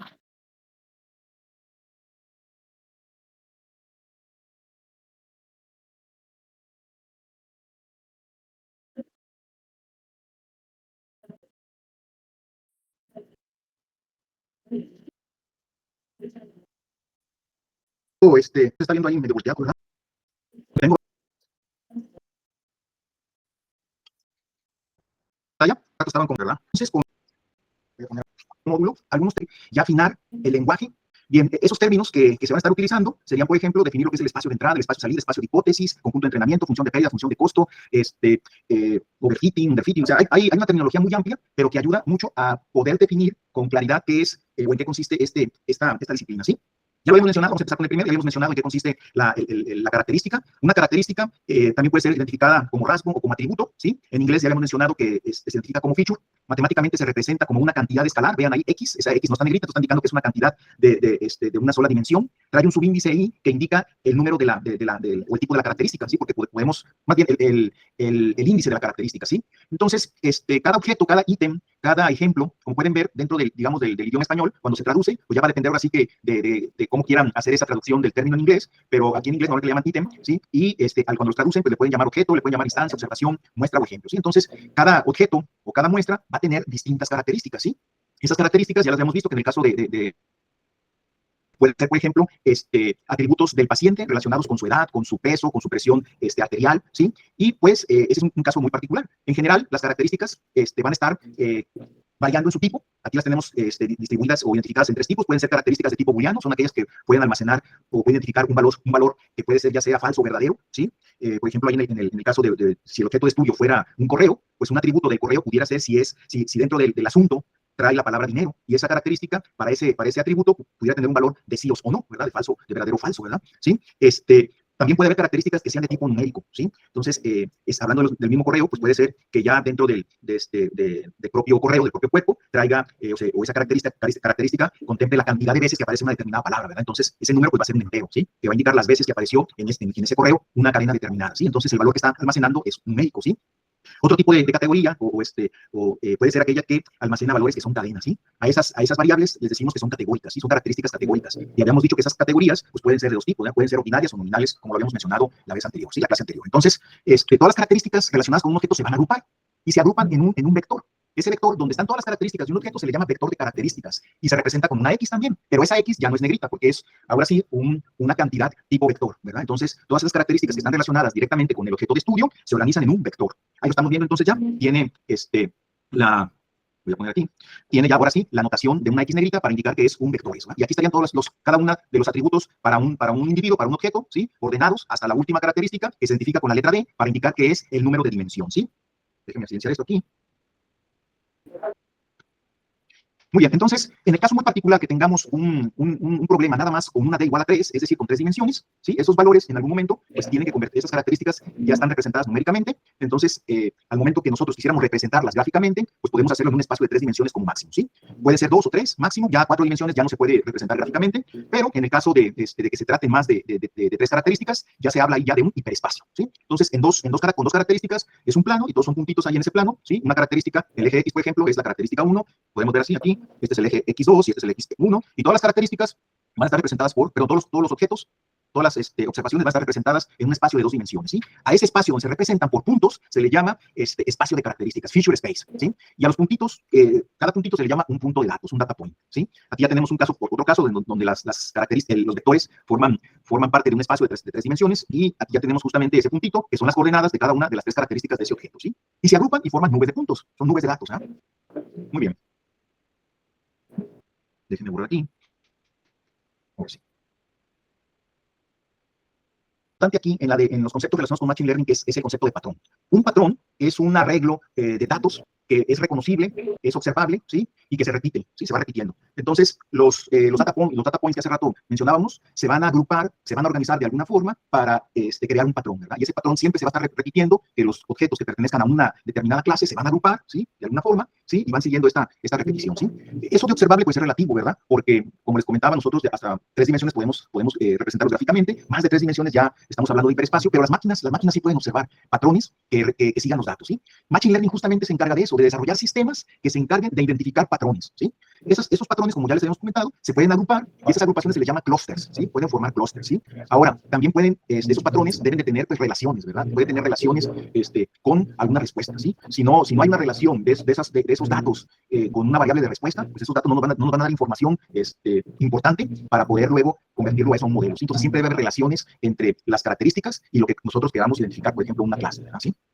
También las secuencias temporales también forman patrones, en el caso, por ejemplo, de información secuencial, cuando en el caso muy concreto de procesamiento del lenguaje natural, digamos, la secuencia de texto que se va generando, pues es producto de lo que hay anteriormente, ¿verdad? Entonces, para que tenga sentido, el texto que se va creando está dependiendo, tiene una relación con lo que se ha escrito anteriormente, ¿sí?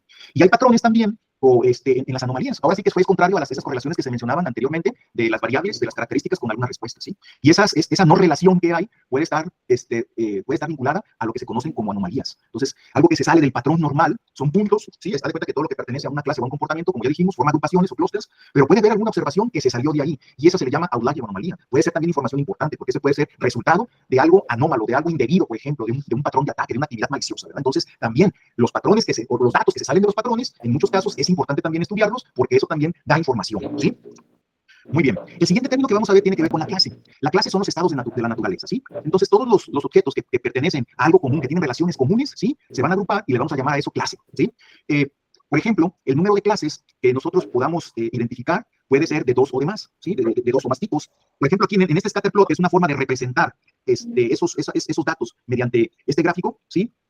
Estamos aquí, por ejemplo, cada uno de estos datos son, en el eje X, por ejemplo, tenemos una característica, en el eje Y tenemos la otra característica, ¿sí? Y cada coordenada de esas características está relacionada con un punto de datos, ¿sí? Ese punto de datos nos va a indicar que es un objeto, y como pueden ver, todos los puntos verdes que están identificados aquí, pues pudieran estar relacionados, o los podemos vincular a un tipo de clase, ¿verdad? Podemos ver aquí que esta clase de los puntos verdes, que es la clase 3, pues tiene separabilidad, pero la clase 1, que son los que están con el marker de tipo triángulo azul, y la otra clase, la 2, con cruces, podemos ver que hay solapamientos, ¿sí? Entonces, muchas veces, como habíamos comentado, las clases no son completamente separables. En la vida real, siempre vamos a enfrentarnos a esa situación, que hay cierto solapamiento de clases, puede ser resultado también de este solapamiento de clases a que no hay variables suficientes, ¿sí? Si encontráramos otra variable, estaríamos agregando una nueva dimensión.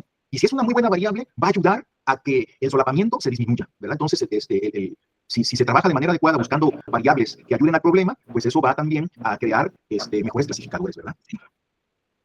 Sí, Macarena.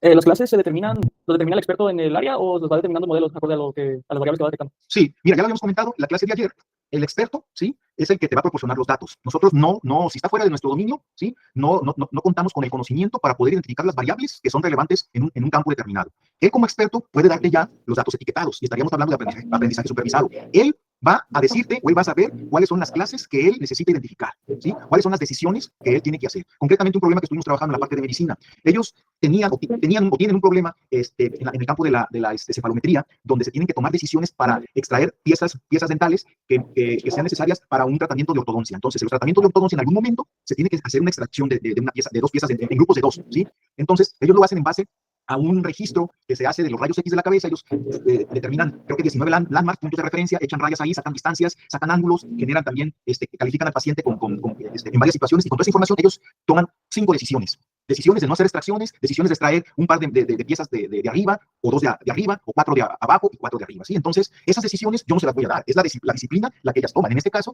el número de clases, el número de decisiones son 5, ¿sí? Pues ellos ya tienen los datos, ellos nos los etiquetaron en 5 categorías, y lejos de que ellos lo hagan manualmente, se desarrolló una IA que les permita apoyar las decisiones. No quiere decir que ellos ya, lo que les diga, al final siempre las son herramientas de apoyo, ¿sí? Entonces, en este caso muy particular, ya se sabe de antemano, porque ellos así trabajan con 5 categorías, ¿sí? En muchas situaciones no hay esas categorías, se tienen los datos y se tienen que buscar las clases, ¿sí? Y ahí ya se utiliza otro tipo de enfoque de Machine Learning, se llama no supervisado. Y ahí hay otras herramientas que ayudan a sugerir el número de clases que deberían de utilizarse, ¿sí? No sé si quedó clara ya la explicación. Sí, quedó muy claro. Muy bien. Entonces, continuamos. En este caso particular ya se sabe cuáles son las clases, ¿verdad? Son 3 clases y estamos trabajando con una D igual a 2. Este gráfico se llama scatterplot y es muy utilizado para poder representar información de manera gráfica, ¿sí? Otro término muy importante es el espacio de entrada. El espacio de entrada dentro de Machine Learning representa todas las combinaciones de entradas posibles que se pueden, que se podrían utilizar en un modelado de mis datos, ¿sí? Ese espacio de entrada lo voy a representar con esa X elegante, pues, como pueden ver ahí. Hay otros nombres en inglés que se le llama Instance Space o Object Space, ¿sí? Y como lo comentaba, son todas las combinaciones posibles de entradas. Quiere decir que ese espacio en muchas ocasiones puede ser grande y finito, ¿sí? Y en otras ocasiones puede ser infinito. Entonces son todas las posibilidades que pudieran ser, que nosotros pudiéramos considerar en algún momento, ¿sí? Aquí hay mucho de la probabilidad que se utiliza, más bien un campo de la matemática que se llama análisis combinatorio, ¿sí? Que nos ayuda a determinar el número de combinaciones posibles, ¿sí? Los espacios de entrada tienen una relación con algo que ya vimos ahorita, que es el espacio de características, ¿sí? El espacio de características es lo que nosotros creamos con el conjunto de datos. Nosotros observamos, o más bien el experto observa un fenómeno y de ahí recolecta datos, nos los pasa y nosotros esos datos los convertimos a un espacio, los convertimos en puntos en un espacio hiperdimensional, ¿sí? Ese espacio hiperdimensional de los datos que nos dieron, ¿sí? Y formamos ya nuestro conjunto de entrenamiento, se le llama espacio de características, pero solamente es una pequeñita, pudiera ser una pequeñita parte de todo el universo de posibilidades. Entonces, hay una diferencia muy clara. El espacio de entrada es un espacio teórico, ¿sí? Donde están todas las posibilidades de entradas, y el espacio de características está relacionado con el tamaño de la muestra que nos pasaron un especialista en la disciplina, ¿sí? Por otro lado está el espacio de salida. Si hay espacio de entrada, pues hay espacio de características, pero no hay espacio de salida. También se le llama espacio de etiquetas, ¿sí? Entonces, ahí va a tener las salidas también, que todas las salidas que pudieran ser posibles. Lo vamos a identificar por esa letra. Se parece, es una Y, pero también con un font distinto a la Y que se va a utilizar como matriz, ¿sí? Entonces, nada más estos son espacios, son conceptos teóricos que nos ayudan a identificar, ¿sí? Que, por ejemplo, cuando nosotros hablamos de un espacio de estados, de un espacio de entrada, perdón, estamos nada más tomando un subconjunto. Estamos teniendo una versión muy limitada del problema, porque nunca va a ser posible tener todo. En muchos casos nunca es posible obtener todo el espacio de posibilidades, ¿verdad? Porque, como les dije, es infinita. Si lo tuviéramos, si fuera posible obtenerlo, pudiéramos obtener las distribuciones de esos fenómenos.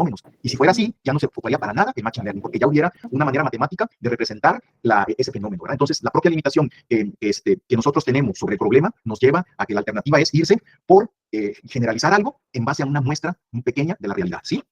Regresando, aquí el espacio de salida, ¿sí? Va a cambiar dependiendo del tipo de problema. Si yo trabajo con regresión, el espacio de salida va a ser el conjunto de los números reales. Vean que se está representando aquí por esta literal que representa todo el conjunto de los números reales. Los números reales son los que están en el eje real, ¿verdad? Que van desde menos infinito a infinito. Es un rango infinito, vean eso que tiene, ¿verdad? ¿Sí? Para el problema de clasificación, ¿sí? El espacio de salida son las etiquetas, por eso se llama también espacio de etiquetas. Y esas etiquetas están relacionadas, pues, con el número de clases que habíamos dicho, ¿sí? Si tenemos dos clases nada más, vamos a tener una etiqueta 0, por ejemplo, y la otra 1, o menos 1 y 1, pero siempre van a ser nada más 2 números. Si ya es una clasificación multiclase, pues vamos a tener más etiquetas, ¿sí? Muy bien. Vamos a hablar ahora del conjunto de entrenamiento. El conjunto de entrenamiento está formado por duplas, también ya lo habíamos comentado, ¿verdad? Son duplas que están representadas por un vector de características acompañado de su etiqueta. Esa etiqueta es una cantidad escalar. Por eso, si se fijan, aquí está negrito, que representa entonces todo esto. Cada dupla es un objeto, es una muestra, es un ejemplo. Y ese ejemplo trae sus atributos, sus características representadas como un vector, ¿sí? Y también viene acompañado de un valor que representa una cantidad escalar. Si esa cantidad de escalares es continua, estamos hablando de regresión. Si esa cantidad es discreta, ¿sí? Es infinita, estamos hablando de clasificación, ¿sí? El conjunto de entrenamiento ya habíamos dicho que está formado por n observaciones, ¿sí? Entonces, todo este conjunto lo estamos representando con la letra D, ¿sí? Y está formado por n observaciones, desde la i igual a 1 hasta la última, que es la n. Y como dijimos, es un este símbolo que ven aquí es de teoría de conjuntos y se llama y representa subconjunto. ¿Qué quiere decir? Que el conjunto de entrenamiento es un subconjunto del producto cartesiano. Esta cruz que ven aquí no es un producto cruz, no estamos hablando de álgebra lineal, ¿sí? Este es un símbolo que se utiliza en teoría de conjuntos también y se denomina producto cartesiano. Entonces, regresando, el conjunto de entrenamiento es un subconjunto del producto cartesiano del espacio de entrada con el espacio de salida, ¿sí? ¿Cómo se obtiene el producto cartesiano? El producto cartesiano me da todas las combinaciones posibles en duplas, ¿sí? Entonces, si yo, por ejemplo, tengo un conjunto A y un conjunto B y hago producto cartesiano de A con B, el resultado que van a ser todas las combinaciones X con 1, X con 2, X con 3, Y con 1, Y con 2 y así. Entonces, me da todo el universo de posibilidades, ¿verdad? Entonces, de todo ese universo de posibilidades, nosotros vamos y agarramos un cachito de ello. Y ese cachito de ello es el conjunto de entrenamiento. Bien, otro término muy importante dentro de todo esto que estamos platicando, de este marco de referencia, es la hipótesis. La hipótesis en Machine Learning, en pocas palabras, se refiere al modelo, a una función que nosotros vamos a buscar. ¿Dentro de dónde? De un espacio de hipótesis, ¿sí? Entonces, esta función que nosotros vamos a representar, la estamos denotando de esta forma, como una H también, con un tipo de font como elegante, ¿verdad? Sí, esta es la hipótesis. Entonces, ¿qué es esto? Pues es una ecuación, es una función que depende de los coeficientes del modelo. Y esto, pues lo que va a ser, como ya habíamos visto, puede estar representado como una combinación lineal de los pesos por las X más W0 y así la W1 por X1 y así, hasta la última observación, hasta la última característica multiplicada por el peso. Entonces, todas las combinaciones de pesos que puedan existir es una hipótesis, ¿sí? Es una posibilidad de que esa ecuación pueda ser utilizada como un modelo, que pueda ser elegida en esa búsqueda. Porque Machine Learning lo que va a hacer que es buscar ecuaciones, buscar hipótesis, ¿sí? Pero solamente una de ellas es la que va a ser seleccionada, ¿sí? Muy bien, entonces, siempre va a haber un fenómeno que nosotros queramos observar y que, en teoría, ese fenómeno está explicado por una función. Hay una función que de manera precisa explica por qué una persona, por ejemplo, está sana o está enferma. Esa función que explica perfectamente y que tiene todos los pesos adecuados, que es la ecuación que explica totalmente ese fenómeno, se llama función objetivo, target concept. Esa función nosotros nunca la vamos a conocer. La vamos a representar ahorita como una F. Ya más adelante la vamos a utilizar de manera genérica. Ahorita nada más para explicar lo relacionado con las hipótesis, esa es la que nosotros queremos acercarnos probando hipótesis. Agarro una hipótesis, agarro una ecuación con ciertas combinación de pesos y con eso me da un resultado. Agarro otra y me da. Pero hay una que se acerca bastante a la función objetivo, ¿sí? Nuestro objetivo es desarrollar o diseñar modelos que se acerquen a una función objetivo. Y vamos de todo el espacio de hipótesis, vamos a través de un algoritmo, vamos a encontrar esa hipótesis, ¿sí? Todas esas posibilidades son infinitas y forman parte de un espacio de hipótesis. Vean cómo lo estamos poniendo. Ese espacio de hipótesis está representado con esa H también, elegante, si vamos a decir, ¿sí? Esas hipótesis dependen básicamente de los pesos, ¿sí? Y esas hipótesis, cuando entre un vector de características, que aquí trae, esta es negrita, y aquí trae todos sus valores que representan cada uno de los atributos, ¿sí? Hasta el último, se van a meter aquí, y esta lo que hace, pudiera ser esto, ¿eh? Tomar el primer peso, agarrar la primera característica, y luego el segundo, perdón, aquí es uno, y luego el segundo y la segunda característica de ese objeto, y así hasta terminar, ¿sí? Entonces, este vector de pesos es una W negrita, porque esa W negrita, aquí le voy a poner que esa W negrita, es un vector también, donde están estos pesos que están aquí, este es el peso 1, el peso 2, y así, ¿sí? Hasta el último, WD, ¿sí? Entonces, lo importante aquí de la hipótesis realmente es encontrar este vector. Este vector es todo el esfuerzo que se hace dentro de Machine Learning, es encontrar este vector a través de un algoritmo que va a tomar el conjunto de datos y lo va a procesar para finalmente arrojar esa W negrita. Y esa W negrita, pues, forma parte de la hipótesis que nosotros requerimos, ¿sí? Muy bien. Una forma también de poder formalizar esto del aprendizaje supervisado es con todo lo que nosotros acabamos de decir, ¿sí? Vamos, por ejemplo, a encontrar un vector. Vamos a tomar un vector aquí para actualizar, porque esta es la D que habíamos dicho, ya habíamos estandarizado. Vamos a identificar un vector de características que representa una muestra y lo vamos a mapear a un resultado real. Ese resultado real puede ser un valor continuo y estamos hablando de regresión. Si esa función mapea a un número que es real pero es entero, a eso se le llama ¿qué? Clasificación. Entonces, nosotros estamos buscando esa función objetivo a través de una hipótesis, ¿sí? Una hipótesis que es el modelo que mejor se va a comportar. Y aquí está representado ese proceso. Tenemos nuestro espacio de entrada, tomamos un vector que forma parte de ese espacio de entradas, ¿sí? Aquí está la función que no conocemos, pero la aprendemos a través de los datos. Vamos a aprender esa función para hacer estimaciones, ¿sí? Si todo está debidamente entrenado, ¿sí? Vamos a acercarnos mucho a esa función objetivo. Vamos a reducir las equivocaciones, las malas inferencias, ¿sí? Que hagan, ¿sí? Una cuestión también muy importante que nosotros tenemos que entender aquí cuando trabajamos en Machine Learning es de que todo esto que hacemos durante el entrenamiento y que logramos hacer que el sistema reduzca sus equivocaciones, sus errores, ¿sí? Es de que esto también se mantenga durante el proceso de inferencia, durante el proceso, mejor dicho, de prueba.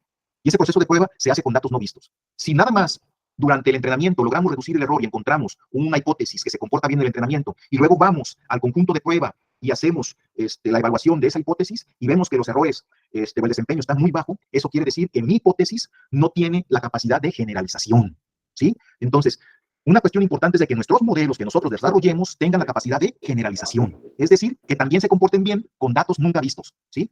Si no está pasando eso, quiere decir que el modelo durante el entrenamiento se sobreentrenó, ¿sí? Hubo un overfitting, un sobreajuste, ¿sí? Y eso nosotros tenemos que evitarlo durante el entrenamiento. No se va a resolver después, se tiene que resolver durante el entrenamiento. Y hay distintas técnicas que nos van a ayudar a eliminar ese problema para poder lograr la capacidad de generalización que nosotros queremos. Y es lo que se desea en realidad, porque lo que va a estar haciendo el modelo una vez de que nosotros ya logremos aplicar Machine Learning en algún problema, es de que se comporte bien ya con datos que se estén generando ya nuevos, ¿verdad? ¿Sí? Con datos no vistos, ¿sí? Muy bien. Entonces, en algún momento hay que tomar decisiones para elegir la mejor hipótesis. Hay 3 criterios. Uno se llama preferencia por simplicidad, el otro va a ser a través de una ayuda, de una técnica que se llama validación cruzada, y el otro es a través de métodos de regularización. Vamos a ver el primero.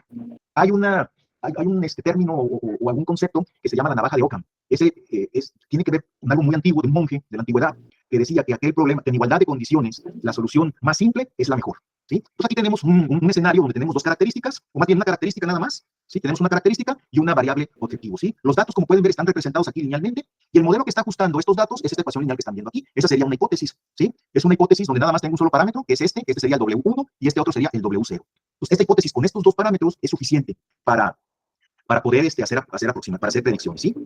Aquí hay otra hipótesis. Como pueden ver, también es consistente porque los datos están pasando por los puntos, pero es un modelo más complejo, vean, ¿sí? Y ese modelo que está sirviendo aquí para este caso tiene una complejidad excesiva y no sería pues entonces la alternativa de seleccionarla. Aunque está funcionando con estos datos que están ahí, no es la mejor opción porque no es la más simple. Nos inclinaríamos por la hipótesis 1, si es que no hay otra información que nos diga que no hay una relación lineal entre esta X y su variable independiente f de X, ¿sí? El otro criterio es el que nosotros comúnmente utilizamos de manera programada a través de procedimientos que proporcionan la propia biblioteca de Scikit-Learn, ¿sí? La validación cruzada es un proceso dentro del flujo de trabajo de Machine Learning muy importante que nos va a ayudar a buscar hipótesis, ¿sí? A encontrar modelos que mejor se comporten, ¿sí? ¿En qué consiste la validación cruzada? Nosotros hacemos validación cruzada interna. ¿Qué quiere decir validación cruzada interna? Que la hacemos durante el entrenamiento. Quiere decir que nosotros a partir del conjunto de entrenamiento, ¿sí? Nuestro conjunto de datos se va a particionar, ¿sí? Se va a particionar en pliegues, que son los false. La validación cruzada en inglés viene como K cross validation, ¿sí? Esa K que ven aquí se le llama el número de pliegues. Típicamente esta K puede tomar valores de 5 o puede tomar valores de 10. ¿Qué quiere decir eso? Que todo mi conjunto de entrenamiento, si K es igual a 5, lo divido en 5 cachos, en 5 porciones iguales. ¿Y qué es lo que voy a hacer? Va a entrar aquí mi hipótesis. Va a entrar mi hipótesis con un determinado conjunto de parámetros, ¿sí? O hiperparámetros también, ¿sí? Y aquí, o sea, van a entrar los parámetros que va a buscar del modelo y también pueden entrar, aquí faltó añadir, pueden entrar hiperparámetros. Ya dijimos que los hiperparámetros son valores que controlan el comportamiento del algoritmo. De las 5 porciones que se dividió el conjunto de entrenamiento, 4 de ellas se van a utilizar para entrenar, ¿sí? Con eso va a entrenar y con la otra parte que no se entrenó, se va a evaluar el modelo. Se va a aplicar una métrica. ¿Cuál métrica? Pues las que a ustedes le convenga. Ya vimos que había accuracy, que había precision, que había recall, que había F-score, hay varias, ¿sí? Entonces, con esa métrica, en este caso estamos utilizando accuracy, y se obtiene, con este cachito que quedó, se obtiene un valor de desempeño. Y luego se recorre, ¿sí? De tal forma que ahora, esta parte que estoy señalando aquí, esa va a ser la prueba, y el resto va a ser entrenamiento. Y se vuelve a obtener otra vez otra medida de desempeño. Y así hasta que se recorre, todos los pliegues fueron recorridos de forma tal que en algún momento, alguna parte de los datos le tocó ser entrenamiento o le tocó ser prueba. Todos los resultados que tienen aquí se promedian por el número de pliegues y tenemos ya una accuracy promedio. Este tipo de estrategia es muy importante utilizarla, es muy importante contemplarla porque nos va a dar resultados más confiables a la hora de elegir cuáles fueron los hiperparámetros que se utilizaron y que dieron el mejor desempeño, así como también los pesos más eficientes, más adecuados que encontró con esos hiperparámetros, ¿sí? Entonces, esto va a ser algo que tenemos que hacer de rigor para crear un modelo que realmente esté, digamos, confiable, ¿verdad? Aquí hay un ejemplo de una parte de un código, ¿sí? Donde se está utilizando también la validación cruzada interna para poder hacer esa búsqueda de hiperparámetros, ¿sí? Esto que estoy señalando aquí con mi marcador es una clase que me permite poder crear modelos de regresión. Se llama Logistic Regression. Me va a permitir crear modelos de regresión logística, que es un clasificador, ¿sí? Entonces, yo pudiera directamente aquí crear mi modelo e ir buscando los hiperparámetros que están adentro de esta clase, ¿sí? Irlos yo ahí al azar o a tanteo, en aproximación, irle dando valores, como por ejemplo aquí se alcanza, nada más alcanzó a salir un hiperparámetro, que es el tipo de optimizador, ¿sí? Pero tiene más parámetros. Aquí lo que se hace una metainferencia, ¿sí? O sea, estoy metiendo esta clase dentro de otra clase, ¿sí? Que se llama randomized, y como pueden ver, déjenme, a ver si puedo borrar porque ya se solapó ahí. Aquí aparece justamente lo que les quería mencionar. Vean, aquí aparece el CB. ¿Qué quiere decir CB? Validación, cross-validation. Entonces, esta otra clase que está recibiendo como parámetros otra clase, esa se llama metainferencia. Se está creando algo dentro de una clase, estamos metiendo otra clase, ¿sí? Entonces, este método que estamos viendo aquí utiliza validación cruzada. ¿Para qué? Para, en el proceso del entrenamiento, ¿sí? De este modelo de regresión logística, aprovechemos para hacer una búsqueda de hiperparámetros. Le estoy metiendo aquí un parámetro que se llama C. Lo vamos a ver más adelante, y ese hiperparámetro C va a estar relacionado con la parte de regularización. No lo pierdan de vista. Esto es un hiperparámetro que se llama, o que le da la intensidad a la regularización. La regularización, lo vamos a ver en unos momentos, tiene que ver con estrategia que nos ayuda a evitar el overfitting. El overfitting ya habíamos dicho que es algo dañino para los modelos porque el modelo se sobreentrenó. Se sobreentrenó porque tenía más variables de las adecuadas, tiene una complejidad excesiva, aprendió más de la cuenta. El modelo aprendió hasta el ruido, ¿sí? ¿Y eso cómo lo vamos a resolver? Aplicando la regularización. Entonces, aquí ya le estoy pasando este parámetro, ¿sí? Y la regularización hay de varios tipos. Hay L1 o L2. Entonces, aquí vamos a estar nosotros metiéndole en cada hiperparámetro distintos valores, y él en esa validación cruzada va a estar probando todas las combinaciones posibles, ¿sí? Y lo va a estar haciendo con validación cruzada. Vean, aquí está. ¿Cuántos pliegues va a utilizar? Aquí ya le pusimos 5 pliegues, ¿sí? ¿Qué métrica viene? Por defecto es accuracy. Aquí no se la puse, pero por defecto es accuracy, ¿sí? Si nosotros queremos otra métrica, pues también se la podemos cambiar, ¿sí? Entonces, este es un ejemplo de cómo durante el entrenamiento estamos no nada más preocupándonos por buscar esos pesos óptimos, sino que también estamos aprovechando el viaje para poder encontrar los hiperparámetros que aseguran el mejor comportamiento de ese algoritmo, ¿sí? Muy bien. Y ahora sí, la parte de regularización, vean, esto es muy importante también. La parte de regularización nos ayuda a resolver el problema de ¿qué? De overfitting.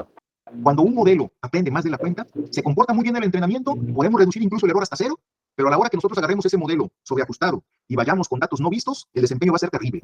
Si ocurre eso, estamos ante una situación de sobreajuste. ¿Qué es lo que hay que hacer para evitar eso? Aplicar justamente esta técnica que se llama regularización. Para aplicar la regularización, necesitamos conocer primeramente lo que es la función de costo.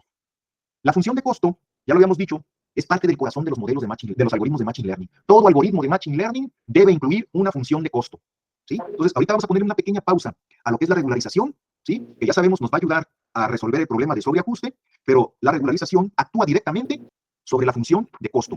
Nos vamos a la función de costo, pero, híjole, hace falta todavía definir una función previa a la función de costo, que es la función de pérdida. Entonces, vamos dejando aquí ahorita en la fila regularización, función de costo, porque necesitamos otro concepto, el de función de pérdida. Esa función de pérdida en inglés viene como loss function. La vamos a representar con esta literal también, una L elegante, ¿sí?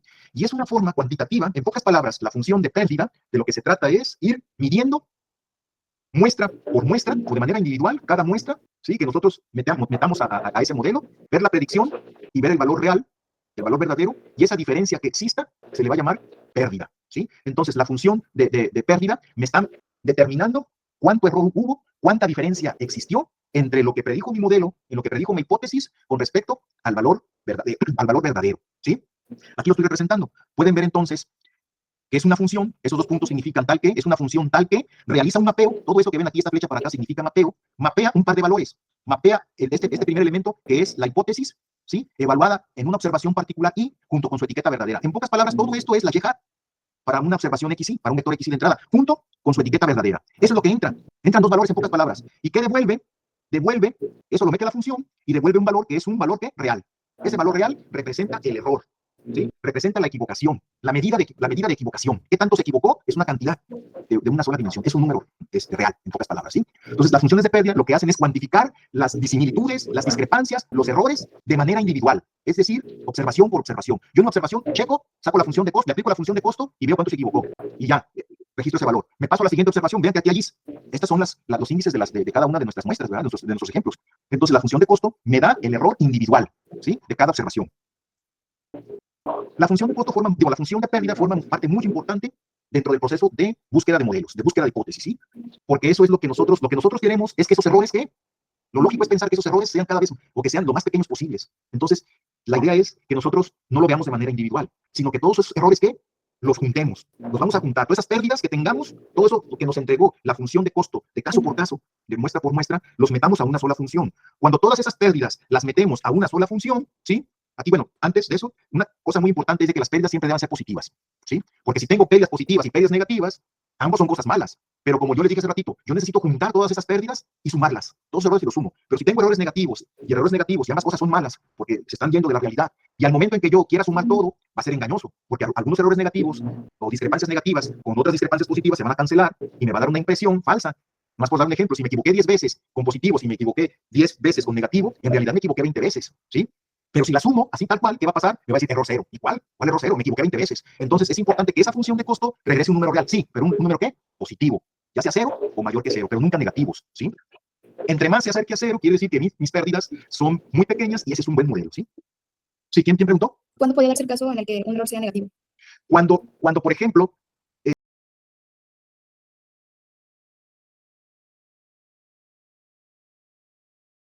Pues sí, tú,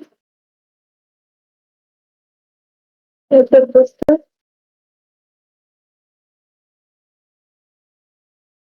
¿eh? Ya te puesto, descansado, sí, amorcito. Así déjalo, hay que dormir, ¿no? Si quieres dormir conmigo,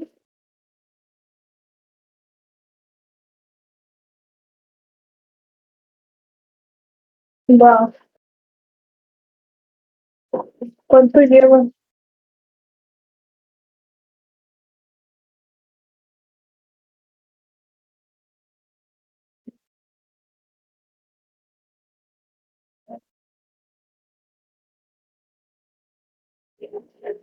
Ah, mañana, ¿qué horas nos vemos? ¿Eh?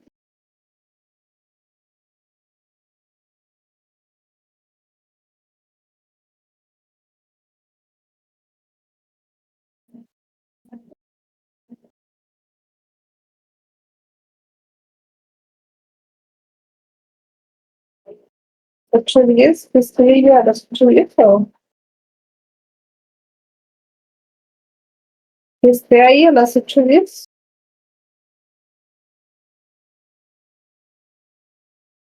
Va,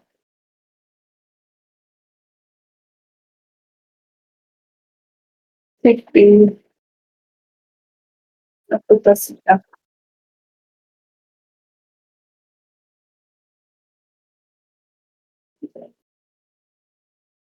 Mm.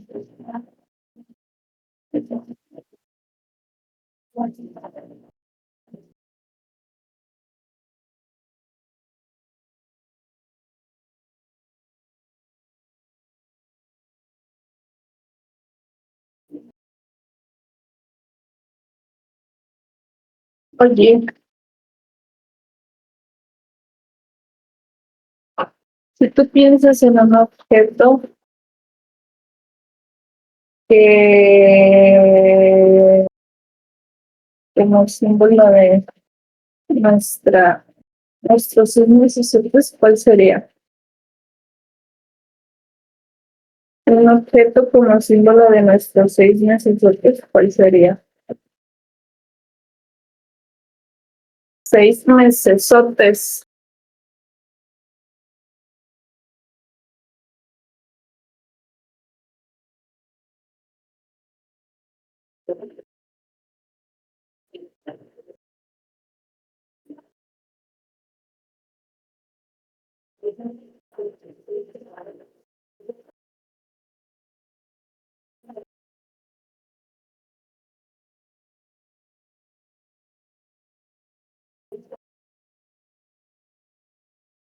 Es como un objeto, algo, o sea, a lo mejor no un objeto, a lo mejor, no sé, algo que ¿Qué piensas de nuestros 6 meses y se te venía algo en la mente?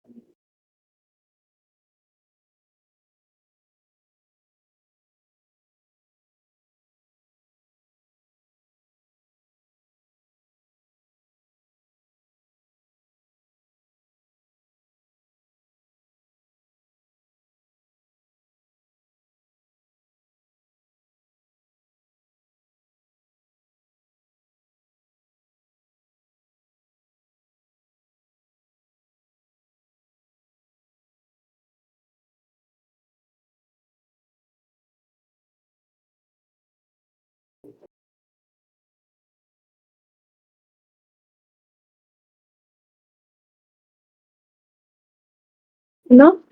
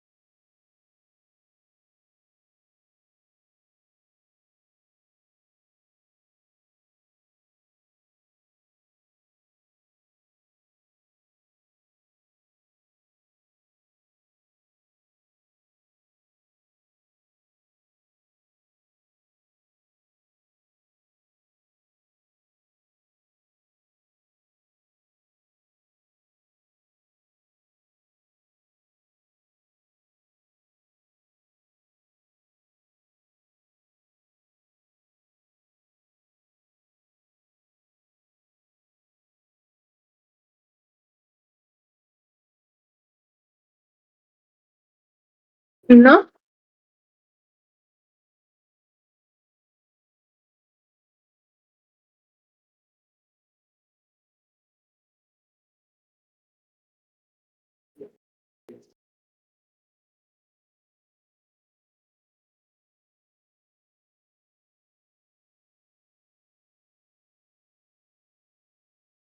Mm,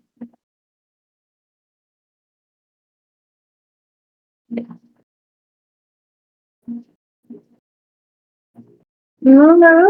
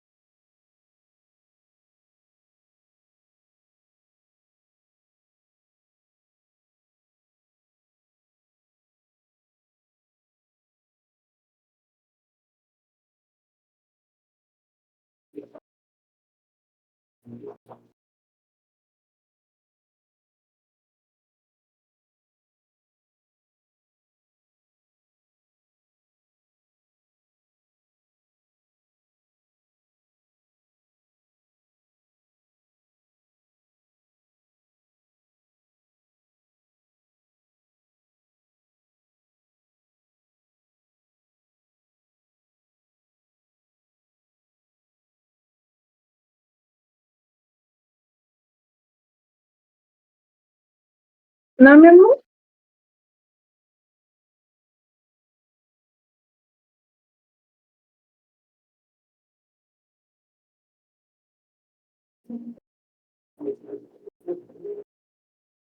Hola.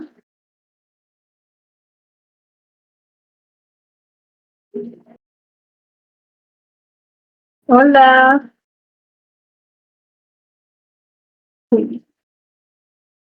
Amor.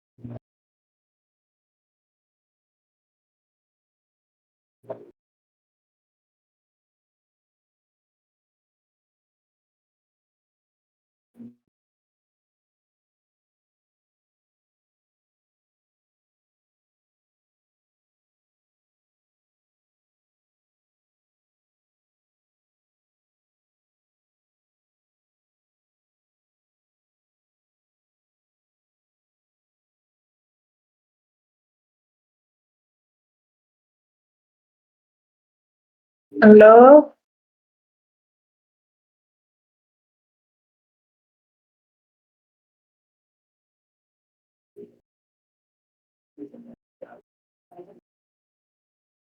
¿Aló?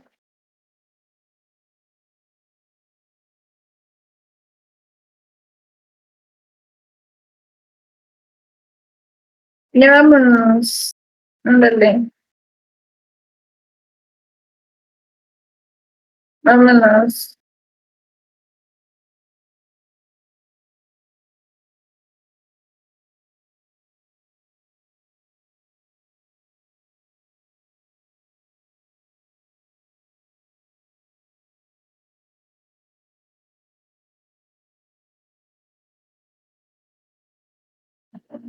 Ey.